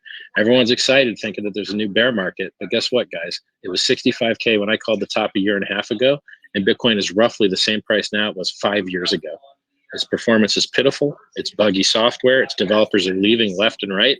Even the douche that was on the last show with us Munib, or whatever his name is, even he's begging and crying to try and keep Bitcoin devs developing on Bitcoin because they want to leave because this community is so toxic. Bitcoin devs are literally leaving Bitcoin development because the community sucks so bad. So, Tony, in terms of the grayscale discount, what's your take on that indicator? Mario, I'm happy to explain how grayscale works, but I'm gonna jump off spaces. When Richard Hart leaves, I'm happy to come back. What a pussy bitch. On the stage anymore. I debated him last time. So when he's done, feel free to text me. I'm happy to come back. Later, guys. No, understood, man. Do you want to touch on the grayscale discount first? Oh, he's jumped off. Look, Tony's a coward. He says things that aren't true. He called the Bitcoin top at 7K before it went to 20K. He got liquidated on the only position he put on BitMEX before they canceled his affiliate account. He shows links and trading programs. You could buy coin to get rich and change your life. Instead, you give him money to teach. He teaches you how to lose money. It's disgusting. He's the worst person in this space. It's getting people to lose all their money trading, the most dangerous thing you can do in this business. And he says evil, terrible, wrong things about the actual innovation, which is Ethereum and other things. And by the way, back to the Bitcoin's not correlated with the dollar. It's correlated with the stock market. He was completely wrong about that as well. He just comes on here and says a bunch of wrong stuff with a confident tone.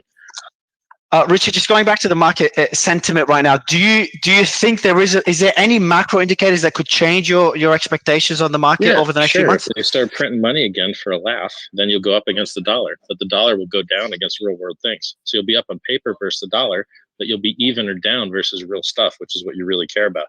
Cool, you went up. Okay, Bitcoin is roughly the same price from 5 years ago, but is stuff the same price as 5 years ago? No, stuff costs twice as much, so you're really down half. So being even over 5 years means you're down versus the real world.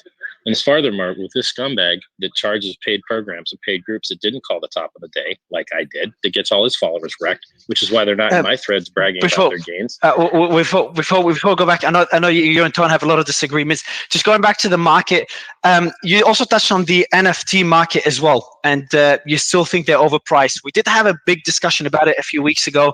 I think that was one of the best discussions we've had in the space.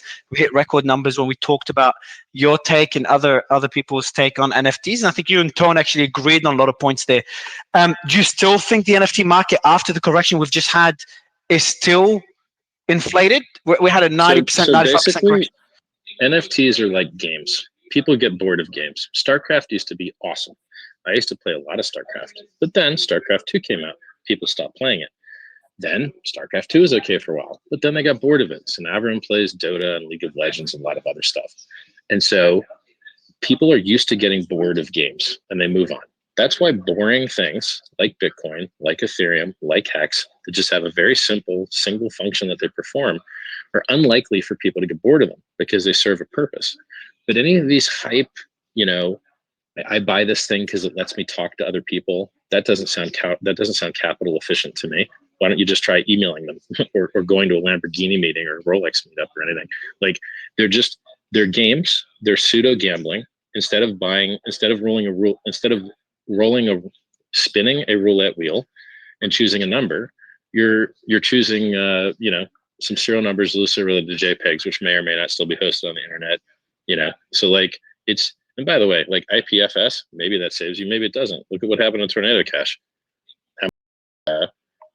It's like real distributed stuff is hard to come by. And I think in the bear market, everything goes down for the most part. And I don't think there's a world where people that overpaid for JPEGs get to survive.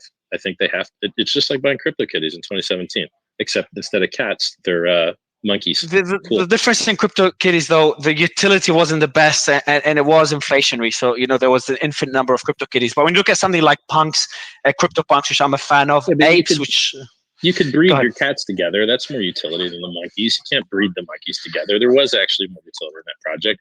Maybe the inflation thing sucks, but to tell you the truth, the reason these things die usually isn't because of inflation. It's just because people stop caring because it's a game. They go on to the next game. Yeah, but the thing is, I would step in on this. The thing about NFTs, man, is NFTs will never be inflated as long as you're in the right communities, because the community hold the value, right? You put 1 million copies of Call of Duty out. Cool. You have a crazy amount of people that are playing Call of Duty, right? You have a 10,000 PFP collection, at the average of 4 or 5K holders. So, you know, you're holding that value as a community. So I don't think an NFT, again, in the right one community is inflated. I think they How hold down are exactly they? what the How down are holders. apes right now?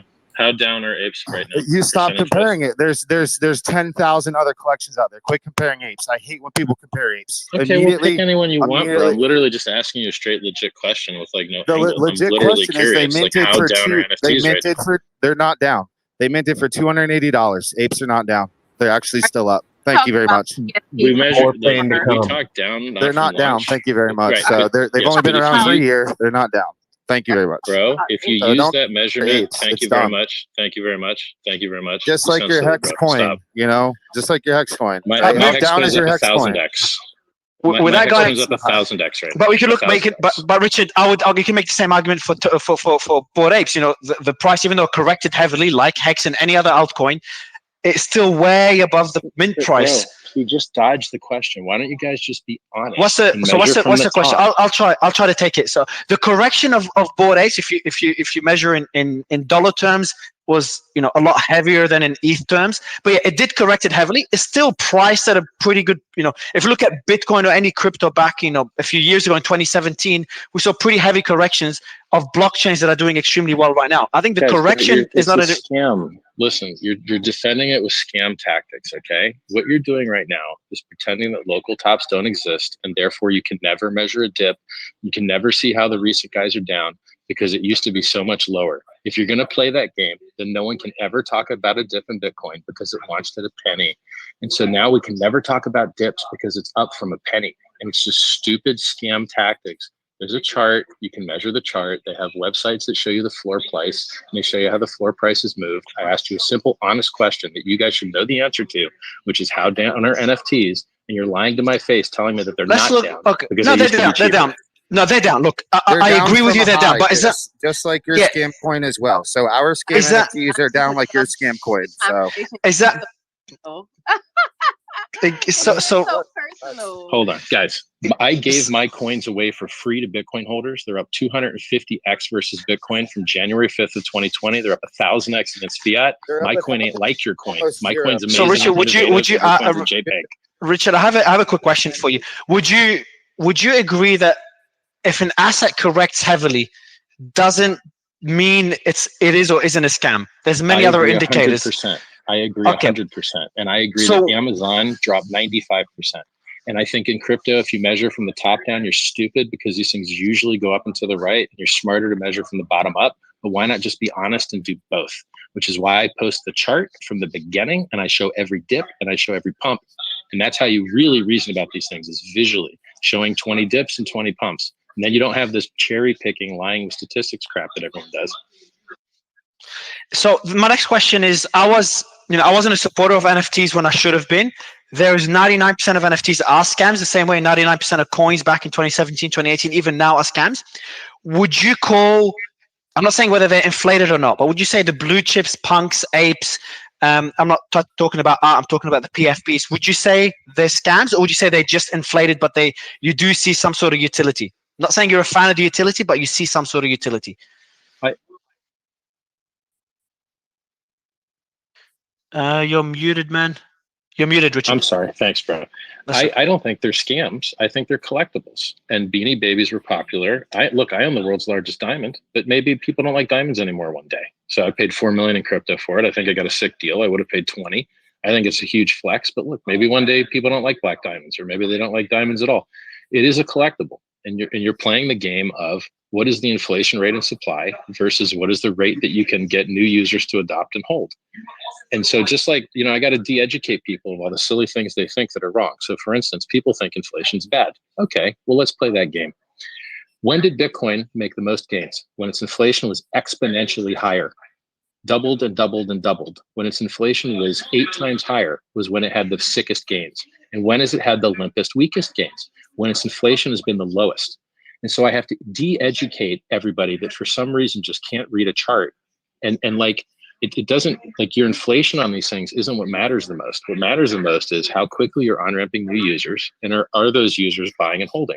In Hacks, the average staker stakes for 7 years. There's been nothing like it ever in history. People get tattoos and put them on their chest. They lock their coins for 15 years, which is how you get an average of 7. When you have people putting tattoos on their chest and locking up for 15 years, guess what? It tends to push the price up. And so all these other narrative means that other coins use to try and get you to buy and hold, like, oh, the community's strong, you get to meet people, or, oh, you know, whatever the meme is, like Bitcoin was going to be programmable money. No one ever programmed it. Bitcoin was going to be peer-to-peer digital cash, failed entirely. Those two memes went away. Ethereum was going to be world computer. It was going to be DAOs. Those memes went away. Now they're trying to be digital money, just like Bitcoin fell into. The memes always change, but the only thing the price chart cares about is buying and holding. And so we just directly monetize the buy and hold. You just get paid inflation to buy and hold. Everything else uses a meme to try and get you to do it. We just use inflation to do it. All right, so I'm gonna pivot to the Dogecoin. We've got 3 supporters of Dogecoin. We've got Matt Wallace, which I'll let him introduce himself. We've got the Doge Pound. I will let him introduce himself as well. And we got Irina, all supporters of Dogecoin. Then we got Wahid, yourself, Richard, and Simon on the other side of the fence. I'm somewhere in the middle. But do you want to kick it off, Richard? Your thoughts on Doge, and I'll let the guys respond. Matt, the Doge Pound. I think the network is fast. The transactions are cheap. I've never heard of anyone getting scammed out of money on it. You do have the world's richest guy out there shilling it rather often. It has outperformed Bitcoin vastly as far as price performance go. So that's the upsides. And the memes are kind of funny, or at least they used to be. Now, what's the downside? There was a buy the rumor, sell the news event when the day that Elon went on Saturday Night Live, that was the top, and it went straight down. And then I think it went down 80, 85%. And then, but Bitcoin went down 75, and Ethereum went down 85, and Hex went down 95. And so, when people talk about blue chips, it's pretty funny to me, because you're like, if no one's got hacked on any of these things, and they've all worked pretty well, and they only drop 75, 85, 95, wouldn't you just want to buy the one that gets up the most, since they're all dipping similar, and you make it on the upside way more? Like, we're up 250x versus Bitcoin. So like, and Doge is probably up, I don't know, 10, 20, 30x versus Bitcoin, depending when you bought it. So here's the downsides to Doge. It's garbage technology. I literally developed around it. It's trash. Their wallet's trash. Their mining network's trash. They're merge mined with Litecoin, and Litecoin has a lower market cap, so the incentives for security are totally upside down. It's it was literally made in an afternoon as a joke. Now, I'm going to say that again because it's that important. The founders of it dislike it, hate it, say terrible things about it. The founders, at least one of the founders, there's 2, and it was made in an afternoon as a joke, and that's what it is. And it has outperformed Bitcoin. So Bitcoin's been outperformed by something made in an afternoon as a joke. That's a little misleading to say, though, don't you think? Because it wasn't made necessarily; it was forked. So you're saying Litecoin is terrible technology. You're saying Bitcoin is terrible technology. How can you say that? Well, I mean, just try and use it, man. Like, when you use their wallet, like, it's not a good wallet. Like, the Bitcoin core software has been upgraded a few times to be more reliable, have better features, have a more robust mining network, have a higher hash rate that's not merge mined. I mean, some of the stuff is very technical. I'm sure a lot of the users don't understand it, but these technical things become real when the network fails. I think. Sorry, I think when. What though is that the Dogecoin, the most recent Dogecoin update, not only made the transaction fees extremely quick, they also have streamlined a lot of other things for the Dogecoin network. And one thing that a lot of people don't even think about is that right now Dogecoin's highest upside potential for its use case could be the Starlink satellite network. Elon Musk continues to say he supports Dogecoin over and over and over again. There's a reason why he does that. And if he decides to leverage the full network of satellites across the globe to helping Dogecoin as a currency, and then you can do free Dogecoin transactions anywhere, then at that point, it's hard to argue that aren't they already like free? Bro, I just supported your coin and said so many nice things about it. I just said no one ever lost money using it. I said it was fast. I said it was cheap. I don't know why you're trying to check nuts on me. I'm trying to hook you up with a testimonial here, bro. So look, weren't the fees always cheap? Wasn't the network always fast? I don't think it ever filled up. I don't think it ever got expensive. So I don't know why you're talking about lowering fees or higher throughput, because I don't think those were ever issues. Like, you're shit talking your own coin now. Stop. I like you, Richard. I like you, but the problem is you're saying things that aren't true extremely confidently, and people will believe. Like what? Specifically, tell me what, please. Trash technology. It's not trash technology. Okay. Do you know what merge mining means? Do I know what? Do you know what merge mining means? Yes. Okay. Can you please tell the audience what merge mining means so they know too? Merge mining is probably one of the least important things in all of cryptocurrency. I think. So look, bro, you actually don't know what it means, but you try to pretend that you do. Now, I can explain it since you can't. Would you like me to? Because it's important. Go, Richard. I asked him a question. He Let dodged it. I'm going to sit here silent and let him try and answer it again. Please describe merge mining to me. It's basically, I mean, it's in the name. When you cryptocurrencies at the same time, it's not necessarily that important. You don't need merge mining in cryptocurrency. And yes, I get it. It's Litecoin, Dogecoin. You're trying to make a reference there. I'm fully understanding where you're going with this. But at the same time, there's not really anyone who cares that much about that. People will see the low fees. It's not going to be that important if your fees 1 penny or 1/10 of a penny. No one cares. So I don't think it really matters. So can we just admit that the dude dodged answering the question? Was given So how would you how would you explain it, Richard? And how does it impact on whether Dogecoin is has utility or whether it's sustainable? Sure. Here you go. Dogecoin doesn't have enough miners on its own to do its own proof of work mining. So it sucks the D of Litecoin and relies on Litecoin miners to mine Litecoin blocks in order to occasionally, if they update their software often enough, also out of the kindness of their hearts, do some mining for Dogecoin as well. And if Litecoin's value gets low enough, then there aren't enough Litecoin miners, and then there's not enough hash rate to defend the Dogecoin network. And so the economics are upside down because you don't have your own miners, you suck Litecoin D. But since you didn't even know how merge mining worked, I probably figured you don't know about this attack vector. So because if you're using Litecoin's value drops low enough, people will 51% attack Dogecoin because I'm a genius and know what I'm talking about. And everyone else on the panel seems to be a little bit lightheaded. Okay, guys, I think I need to get some positive energy here. First of all, go ahead. Maybe just Google merge mining next time, so you know. Go ahead, Irina. Go ahead. Go ahead, Irina. Go ahead.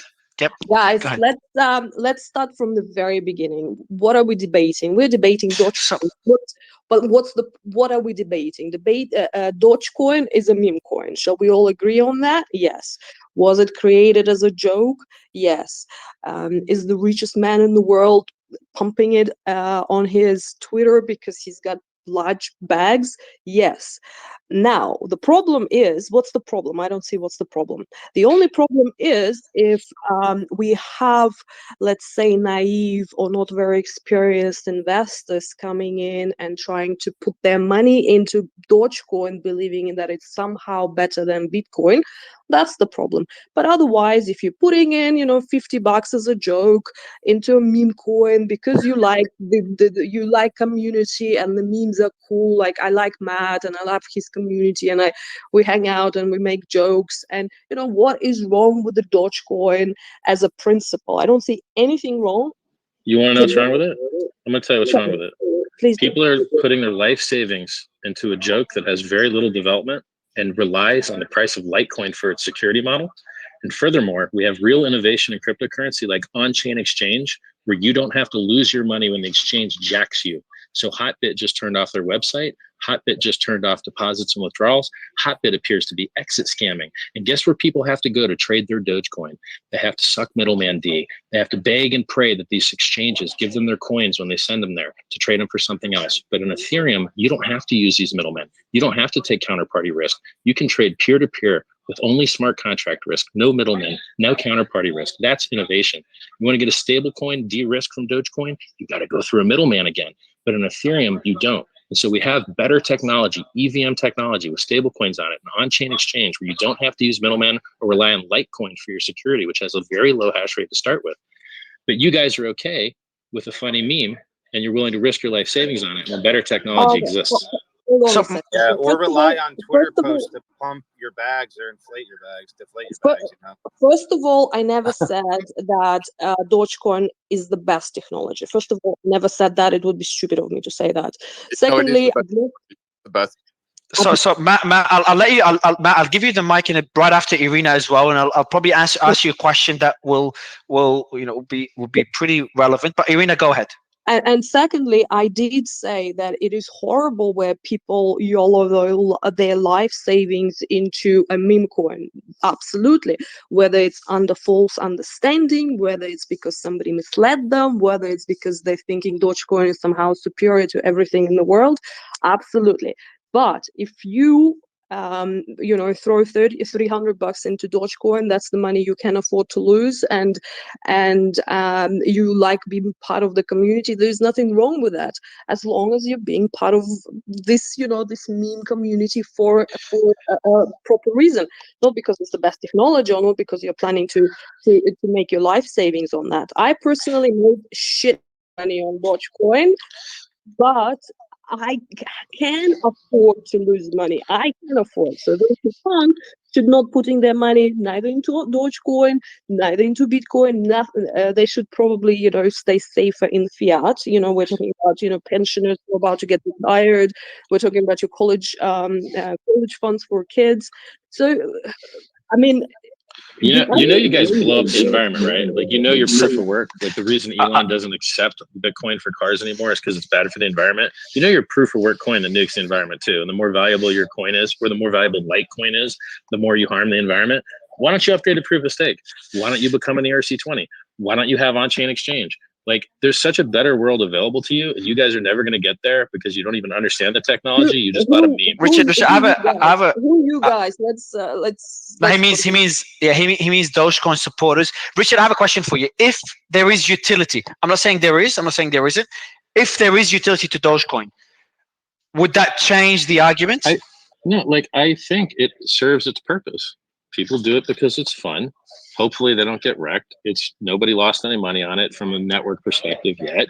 It's cheap. It's fast. I'm okay with all that stuff. But there's just better stuff. There's stuff with better gains, better uptime, better features, and even better memes. So I'm being as nice as I can to it, truthfully. Like, I don't know of anyone else that's as nice to Dogecoin as I am. Like, I'm being very nice. So we did a poll just now, and Matt, I'll give you the mic. We did a poll just now. We've had a few hundred votes already. 70%, 60% love Dogecoin, 32% don't, and 7% don't know what it is. The fake Dogecoin SHIB murdered Doge's gains, and it was just Doge on Ethereum. So, okay. So Matt, do you want to go through points, just point by point? What's the utility of Dogecoin? Maybe that's a good first question. And I'm not anti-Dogecoin. I'm split. I think the community could build utility. I know it doesn't tick a lot of the boxes, and I'm not an investor in Dogecoin, but I think the community is a good example. It's a good experiment on the community building utility and growing the ecosystem. What's the current utility to Dogecoin, and what are you guys working towards? What's the utility you're working towards? That's a good question. I love the poll there. So 70% seem to know what's it's going on. It's a poll here, of a bunch of retards. You fucking Richard, I'm dumb gonna have to fuck. destroy you Damn it! I gotta here. do. I don't want to do this. Sorry about that. But you've left me with no choice. So Richard, right now there are 1,000.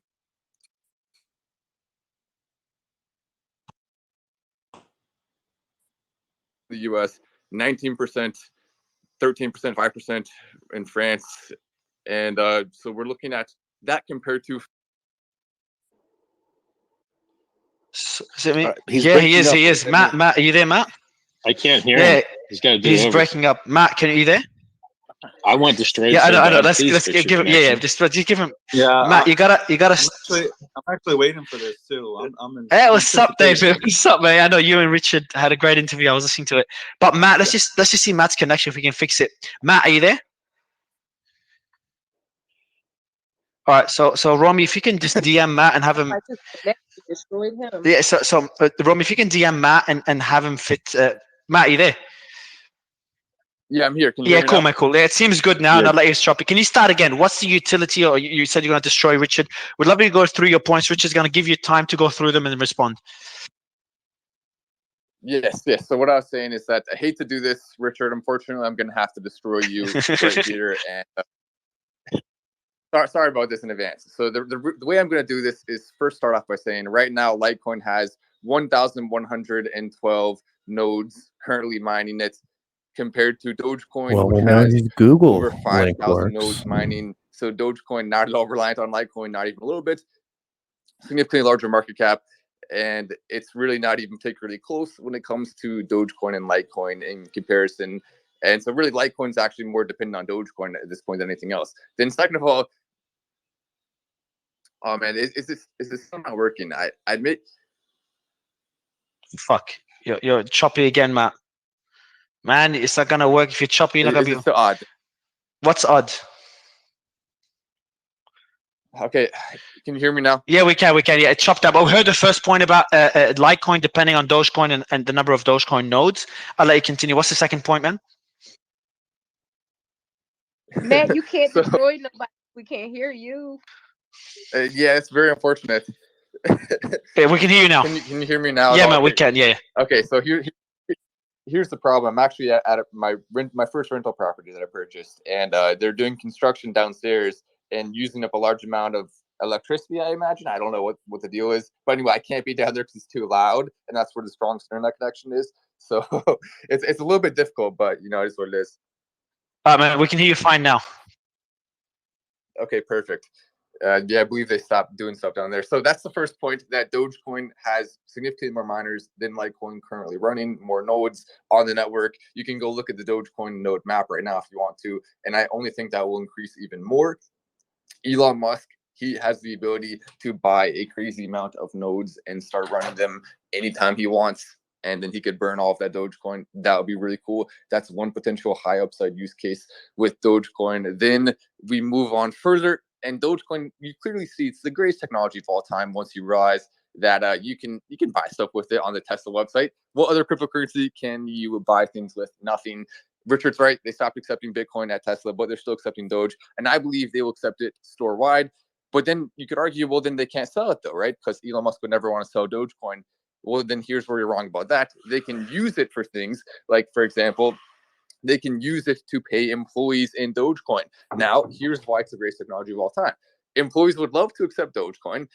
Employees may not like as much to accept any other cryptocurrency. And so there's the biggest use case for it. Companies can accept it and pay employees who choose to accept that in that currency. So there, boom, we finally have a currency that any company can accept and spend without having to sell a large amount of it. So I think it's hard to beat that. And Dogecoin is the future cryptocurrency for greatest technology of all time. Okay, so before you answer, I know Richard, I know what you're gonna say, Richard. Wahid, I'll let you go before Richard. But just to summarize what you said, Matt, the point about the nodes was point number one. Point number two was, Dogecoin's utility as a form of transferring value, and one of the first use cases is Tesla. And then the utility you guys are working towards is Dogecoin acting as a medium of exchange. Is that correct? Is that what Dogecoin is? I think you guys called it the people's coin. So would you say medium of exchanges would be the main utility of Dogecoin beyond the community? Yeah, I think it's easy to say. It's easy to say that's probably going to be the main utility. But beyond that, there's also a really smart group that is currently working on Dogecoin technology in terms of smart contracts integration. They're working on a huge network of use cases beyond just spending that is about to roll out very, very, very soon here, and will allow people to go from Dogecoin through a secondary layer to literally anything in the world. And so it can be used for that very soon, just like Ethereum. There's really no downside to Dogecoin. The best upside is that a lot of people love to judge it and underrate it, which is why the market cap is so low and such a beautiful price to get in right now. Okay, so Richard is fixing his connection. He'll be back in a bit. Wahid, the mic is yours. And I think David, you want to jump into? Richard left. He couldn't handle the heat. He got out. No, he's coming back. He's coming back. Well done, Matt. He's coming back. Wahid, go ahead, man. All right. Okay. Look, I can't help but really approach this from my point of view, which is, again, longevity, private equity, long-term thinking. So again, apologies if I sound ignorant on the intricacies of what you guys are talking about. But I want to say a few things, which is that, as I said at the beginning, we are structurally short assets and risk. We have structural inflation. And I don't mean the shit that everyone's talking about the last 2-3 months. I'm talking about the huge amount of debt. So this is serious stuff. So we need to give people a tool where they can outperform structural inflation in order for them to literally afford food, make money, and have a livelihood. So for me, this is serious stuff. That pivots to my second point, which is that I've been investing my whole life. That spans more than 30 years of investing history. And I got to tell you, my best performing company has been Philip Morris. And I previewed that in the last show, etc. And I always like to talk about Philip Morris, a very old, stodgy, non-meme, boring company, tobacco company, because it's actually the best performing stock in the world in the last 50, 40, 30, and 20 years on a rolling period, but never less than 20 years. Meaning there's always something really cool in the short term that outperforms it. But over the long term, how you make money, folks, and this is going to get to the point of Dogecoin, is you want serial compounding. You want a business or a crypto with utility that every single day is printing money. Every single day is actually creating value in order for you to outperform inflation, outperform all the money printing, outperform everything. So when I got into the blockchain, I brought that mentality because that's the only mentality I know, which is the kind of blockchain crypto projects that I want to support or invest in or even create, but forget the creation for a second because I'm not showing, are ones where every single day value is being created, money is being produced, so that even if the chart, like Richard said, goes down a lot, who gives a shit? Because over time, you'll just keep compounding and compounding and compounding. So that brings me to Dogecoin. The reason why I do not like Dogecoin, even though I feel somewhat ignorant, is because no one has truly told me how it compounds value. I cannot invest in something based on a meme, and maybe that's my weakness, or based on an Elon Musk. Maybe he'll push it, maybe he won't. He seems to be having a lot of fun with it. If I want to bet on Elon Musk, I'll back Tesla, SpaceX. There's many things where he sleeps on the floor where I want him involved in, okay? He sleeps on Tesla floors. He is 100% dedicated to making SpaceX successful. He is not 100% fixated on Dogecoin. It is a hobby. It is fun. And a payment mechanism, there are lots of payment mechanisms. Lots of tokens in the future are going to be used to buy real stuff. In our world, it's fashion. In other worlds, it's art, etc. So my only rebuttal to the very kind people pushing Dogecoin is very simple. If you have so many other options to make wealth, to make money, why choose this path when you have so many things that create utility? I'm not saying it's going to go down, but why this? I will answer that with your own words. You said yourself, it is fun, it is miming, it is the community, it is entertainment. And don't forget, entertainment is the highest, the largest segment when it comes to economy, right? Your cinemas, your Netflix, etc., etc. It's entertainment. And again, I'm not pushing I have no Dogecoin. clue if Richard's I'm actually gonna calling come it back. for what it is. It's a fun meme coin. It's a great fun community. It's entertainment.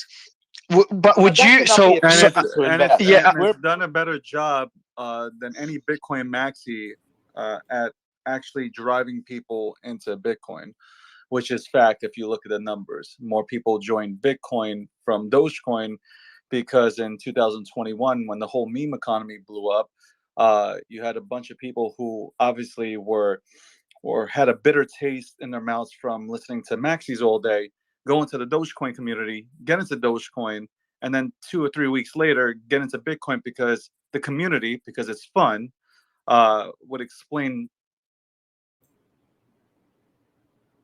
toxicity, and these people understand, oh shit, I can buy Bitcoin at a fraction, that's great, and they would go and get themselves But $20, am I right to $50 believe? or $100 worth. So am I right to believe? There you go, you said it. Am I right? And I don't think Richard's coming back. actually agree. But would you say that Will you Dogecoin keep is an eye not on an it for me? investment? It's play Of money. course That not. sounds like it's play Of money. course not. It's not. Yeah, I'm leaving it on. So It's. I think we won the debate. It's not an investment.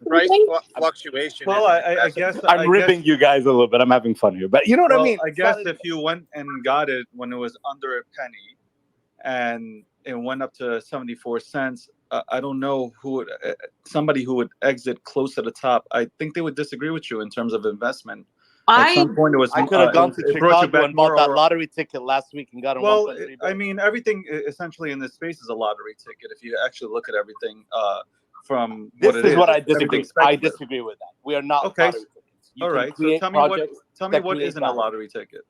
a grinding stock, a grinding company. We're not talking about stocks here, though. We're talking No. about I'm getting cryptocurrencies. a grinding crypto project that grinds, that every single day looks to create value. Which So one? over Which time. one is that? Well, without chilling, let me tell you that I have not yet achieved this, but I'm very, very vested in achieving that. So it's the So only way I can get you're mine. talking about your own token. No, I'm not. asking I'm saying I haven't reached it. How about that? Yeah. Okay, so then tell me what in this Ethereum creates value every day, because I could not build my fashion company without Ethereum. But it's still speculative. Like everything we in this space is still based on speculation. I would say a balance. Would I say a balance between speculation and utility and fundamental value? I think everything is speculative, but some things are more speculative than others. A Shiba Inu is more speculative than Ethereum or than Solana or Bitcoin. I won't say Bitcoin because I know that's very polarizing right now. But Richard, so David, make your point, and then Richard, you can answer David's point along with Matt's But let previous me just finish points. my thought, because I had the thing. Mario, Yeah, I go just ahead, wanna Wahid. say that I'm not talking about my project. I will tell you my. The king is back. Every single day you create value. You take a take rate from, in our case, for instance, bringing independent designers to the business of fashion, both physical and digital. And if you do that every single day, you're a tortoise.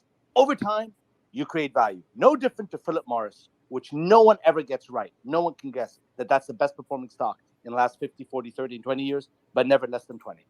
I'm sorry. Are you trying to say that Philip Morris created value? Without going woke, unfortunately, I'm talking about stock price performance. I'm talking about value creation. Don't shoot Exactly. the messenger. I don't smoke. I don't hate it, but I'll tell you, they have 80% gross margins.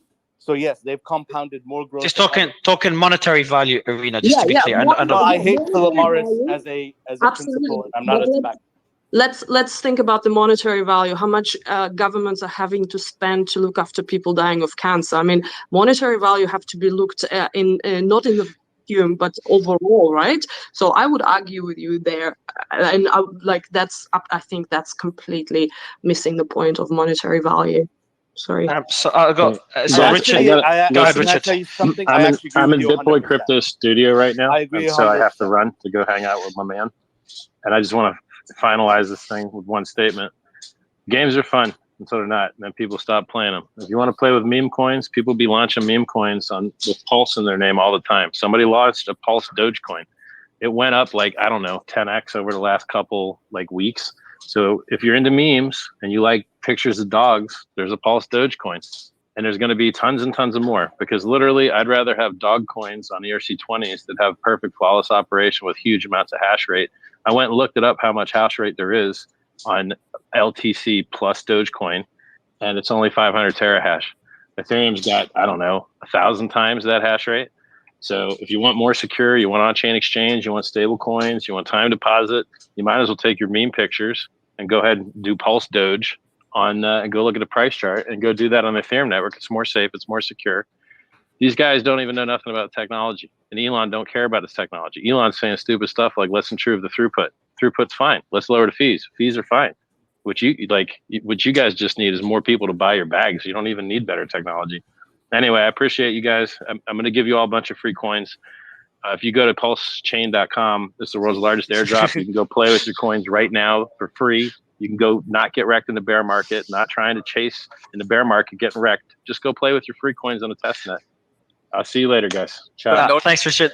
David, so one thing I haven't noticed is that there's no one's given me utility beyond Doge being used for Tesla. Oh, thank God he ended that quick. My God. Shout out to Pulse D, Richard Hart. They forced it out of him, baby. But he supported it in the way that he should have. He supported it as a fucking meme coin.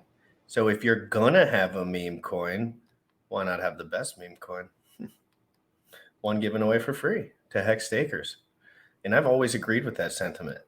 But some people don't know how to market. And you got to let them know because it's annoying and you fix them up. If you're going to have a speculative meme coin play, I would say PLSD. Why not? Let's go, baby. But again, it's so speculative. And I'm not willing to spend my money personally on a meme coin. Everything's fun until it's not, just like Briz said. You know, it's just like we all played games, we've all collected stuff, we've all serial bought microtransactions on video games before. We understand, everyone in this chat understands that shit, probably, because I even understand that shit. I've spent lots of money. I think I spent $2,000 on Pokemon Go at the time. Pretty buffed account, low key, very low key. So it's just the behavior. It's the behavior that these guys try to get you to feel like something's going to happen. When they try to get you to feel that way, that means that it's going to be their pockets that you're filling. You know what I mean? I don't believe in a buy zone on a chart that goes straight up, that's inflated from the liquidity of a few people that are talking to each other. That's why I don't look at TA, because whether they buy more or sell more, it's like, what's the point? They're just going to do what they're going to do. Unless I get a phone call with them, you know, that would be the TA. That'd be better TA. Nice phone call with a couple guys that have the most of the asset. Easier point of entry. Just like Vitalik. Richard doesn't mention in the chart all too much unless he's talking about Hex. But he said, what's a good sell signal? When Vitalik sells, it's the bear market starts. PP token as well. There's lots of tokens I've been talking about. That whole Dogecoin thing, it's a facade. If you really think that you gotta kind of wake up from that. Like, we're about to go into dangerously crazy markets. If you believe Richard, and if your gut's telling you way stronger than Richard, it's the other way, like, more help to you. But I'm not going against big man. How could I defer to anyone else? He's right on target, like a bullseye. And he just calls it exactly how it is. And I'm starting to realize that Hexicans are just all the same motherfuckers. The guys that are in chat like this, the guys that like content like this, they're actually paying attention. You know, they're observant enough to, like, just care about what's going on in front of them. But those guys get sold out so early to other people. They need to take business courses or something. I don't know what. Maybe that's just like God-given shit. Some people are leaders and some people are followers. Some people put their face out there or whatever and build a product and tell everyone it's the best. Some people hide on the sidelines with the dog picture and just say that they're smarter than they should. Like, you know, there's like you can't just say all the shit. Like, at some point you got to show something. And these guys, they want to be on the center stage, like in a weird context where it's like, dude, who are you? Like, nobody knows you. How can anyone cross-reference you? Why do I care what you're saying? And then you find out from guys like Richard Hart that they're fucking full of shit. Everyone's full of shit. The entire market's full of shit. It's difficult to deal with. It's not difficult for me because it's like an advantage if you're smart at the social kind of feelies. Like, you got to kind of feel around at the stuff and just understand incentive structures. Like, humans are not, they're all built somewhat similar, you know, like there's incentive structures. And if you are under them, you're going to have certain rules. But then there's some guys that don't like to play by the rules. Okay. And there's some guys that fucking do. And it's fine. If you have kids, you got to play by the fucking rules. Like, let's be real. You got to protect the bag, the prize, the kids, of course. But until that moment, and with other circumstances, it's like some guys are willing to go out on a limb and just say, fuck it, I don't care if I lose. I feel the same exact way. I don't care if I fucking fail at this shit. I don't think I will, but I don't necessarily think that it would be an issue. Yeah, maybe a couple months of whatever, got to figure something out, and then boom, GRC's back doing something else, popping off, having a good time. It's about an attitude. It's about an attitude. You got to keep your attitude up. You got to stay at least like a lot, like with your work usually. I mean, everything else, I struggle with that a lot. But with your work, you got to stay up. You got to be paying attention if you want to be effective in the future. There's a lot of different angles people can come at you from. What I see more than anything, people not covering their six, their reputation, the golden goose. Please, your reputation is the most important thing you can carry around. I promise all those guys that I talk S about have more money than me. And they're all miserable in pretending to be someone they're not. When you just have to try your best to pretend to be yourself. Like, you know, everyone has weird days and stuff, but like, you make your message the same all the time. Don't switch your message. Don't be flimsy. Don't say things that are going to incriminate you in the future so no one trusts you anymore. Because you only get so many shots at trust unless it's like your parents. You get one shot. You get one shot at trust. I truly believe that. You get one shot at trust in certain subgroups. Like you can always weasel off. But those guys that weasel off, they go into the corner of the internet and they're more predatory on just like making money. And that's what they got to do. But if you want to go all the way with it, not halfway with it, you got to be straight up and down. And Richard, he even alluded to that in the, you know, I think he alluded to something of that. But this has been incredible. What a crazy stream. What a series of emotions. I went from angry because I was doing a liquidity providing stream with DeFi Proof and Sam, and it was about to be litty AF. And then I went to like disappointed because I didn't think RH was going to be on the stream. And then I'm like, I just canceled that stream. What a bummer. And then BitBoy Crypto comes on and Richard absolutely spits liquid hot fire all over everyone's face in a very nice way. And then he actually goes to the Twitter spaces. Mind you, I'm covering all of this if you're in here. So like you won't miss a thing if you're watching GRC at 11 a.m. But anyway, it's been just crazy ups and downs. Richard went absolutely nuclear. He went absolutely nuclear. That was insane. That was fucking real deal. I hope all my haters that are watching me just keep hating, baby. I'm indestructible because I have no vectors of attack, like I was saying. Why can't these guys come back on here? Why don't they shit talk me on Twitter? Why they don't? Because they don't want that smoke. No, because what am I selling? What do I want? Yeah, I'll take a donation when someone wants to do that. Well, that ain't on me. That's up to you. And I'm not saying I'll never come out with something, but you better fucking believe it's going to be A1, top tier. And I'm starting this thing from the bottom as far as trust, because I know that's the most important thing. It just really is. I see so many men ruin their reputations before they even get started. It's always before they even get started, too. It's like major potential XRP or like, you know, XRP Jenna, for example. And she's a stupid example because I really don't know her. But I just wanted to say someone I didn't really know. Like, when you have to put your name, even Hex, like, I don't do that. I don't put my name on Hex. It's not my shit. BitBoy is a good example.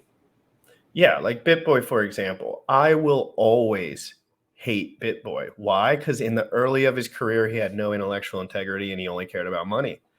So I know he's willing to go back to that in times of need. Am I right, Bullish?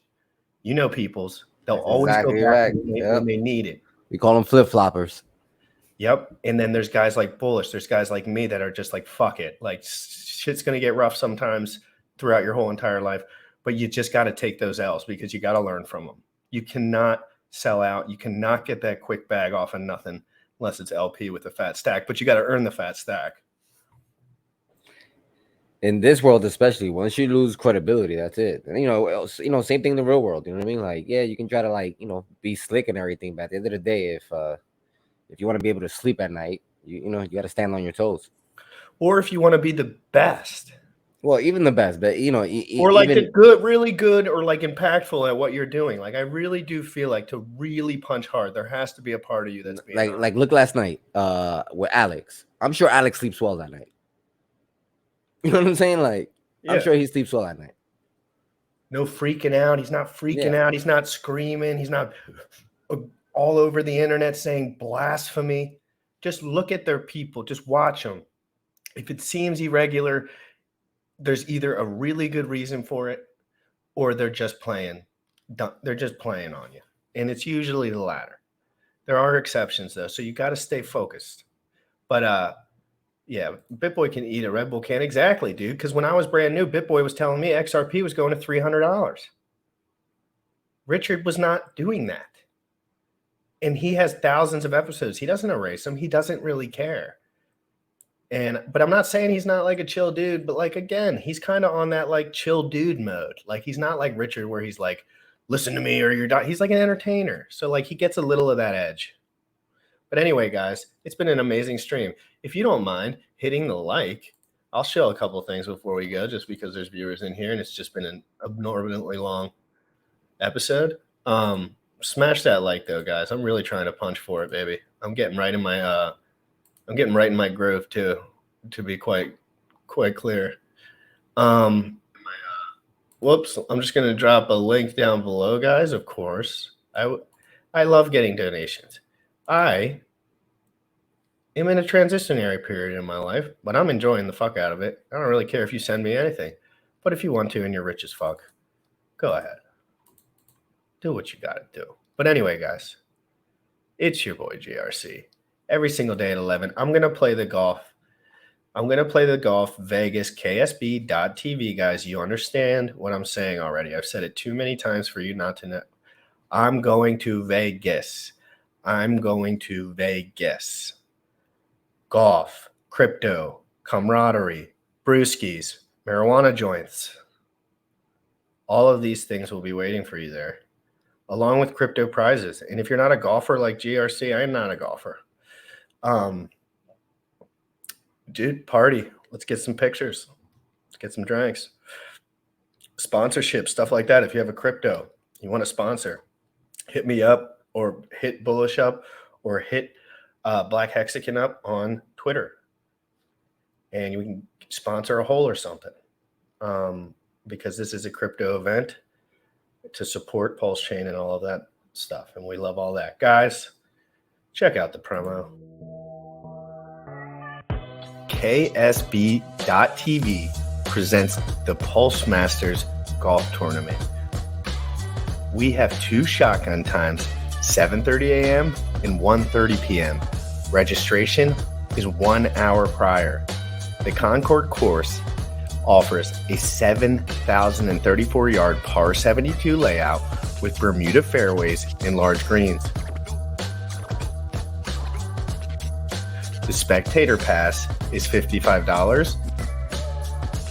The individual golfer is $195. In the golf foursome, $750. Play Golf Network with others and win crypto prizes. September 5th, 2022. Contact us at KSBTV/golf.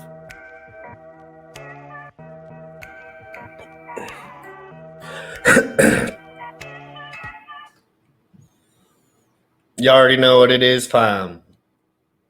Hit the like, hit the sub, hit me up. If you're not on, I'm on Twitter and on Instagram and on TikTok.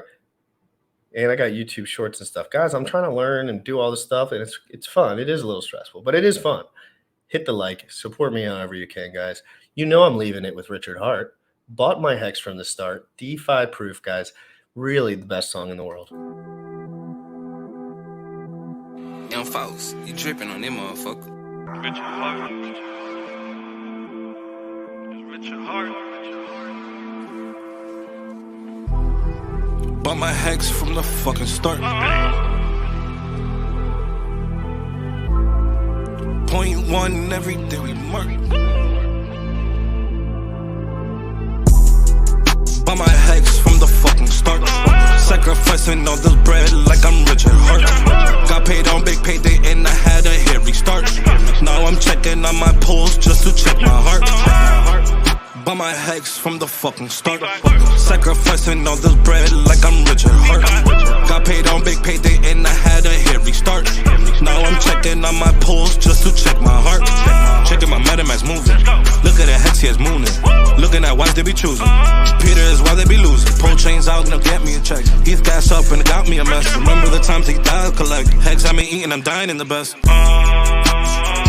Getting this back like a year ago. Getting this post, I ain't letting go. Swerving the ring like a Lambo. Getting this back like a year ago. Getting this post, I ain't letting go. Swerving the ring like a Lambo. Bought my Hex from the fucking start. Sacrificing all this bread like I'm Richard Hart. Got paid on big payday and I had a hairy start. Now I'm I'm checking on my pulse just to check my heart.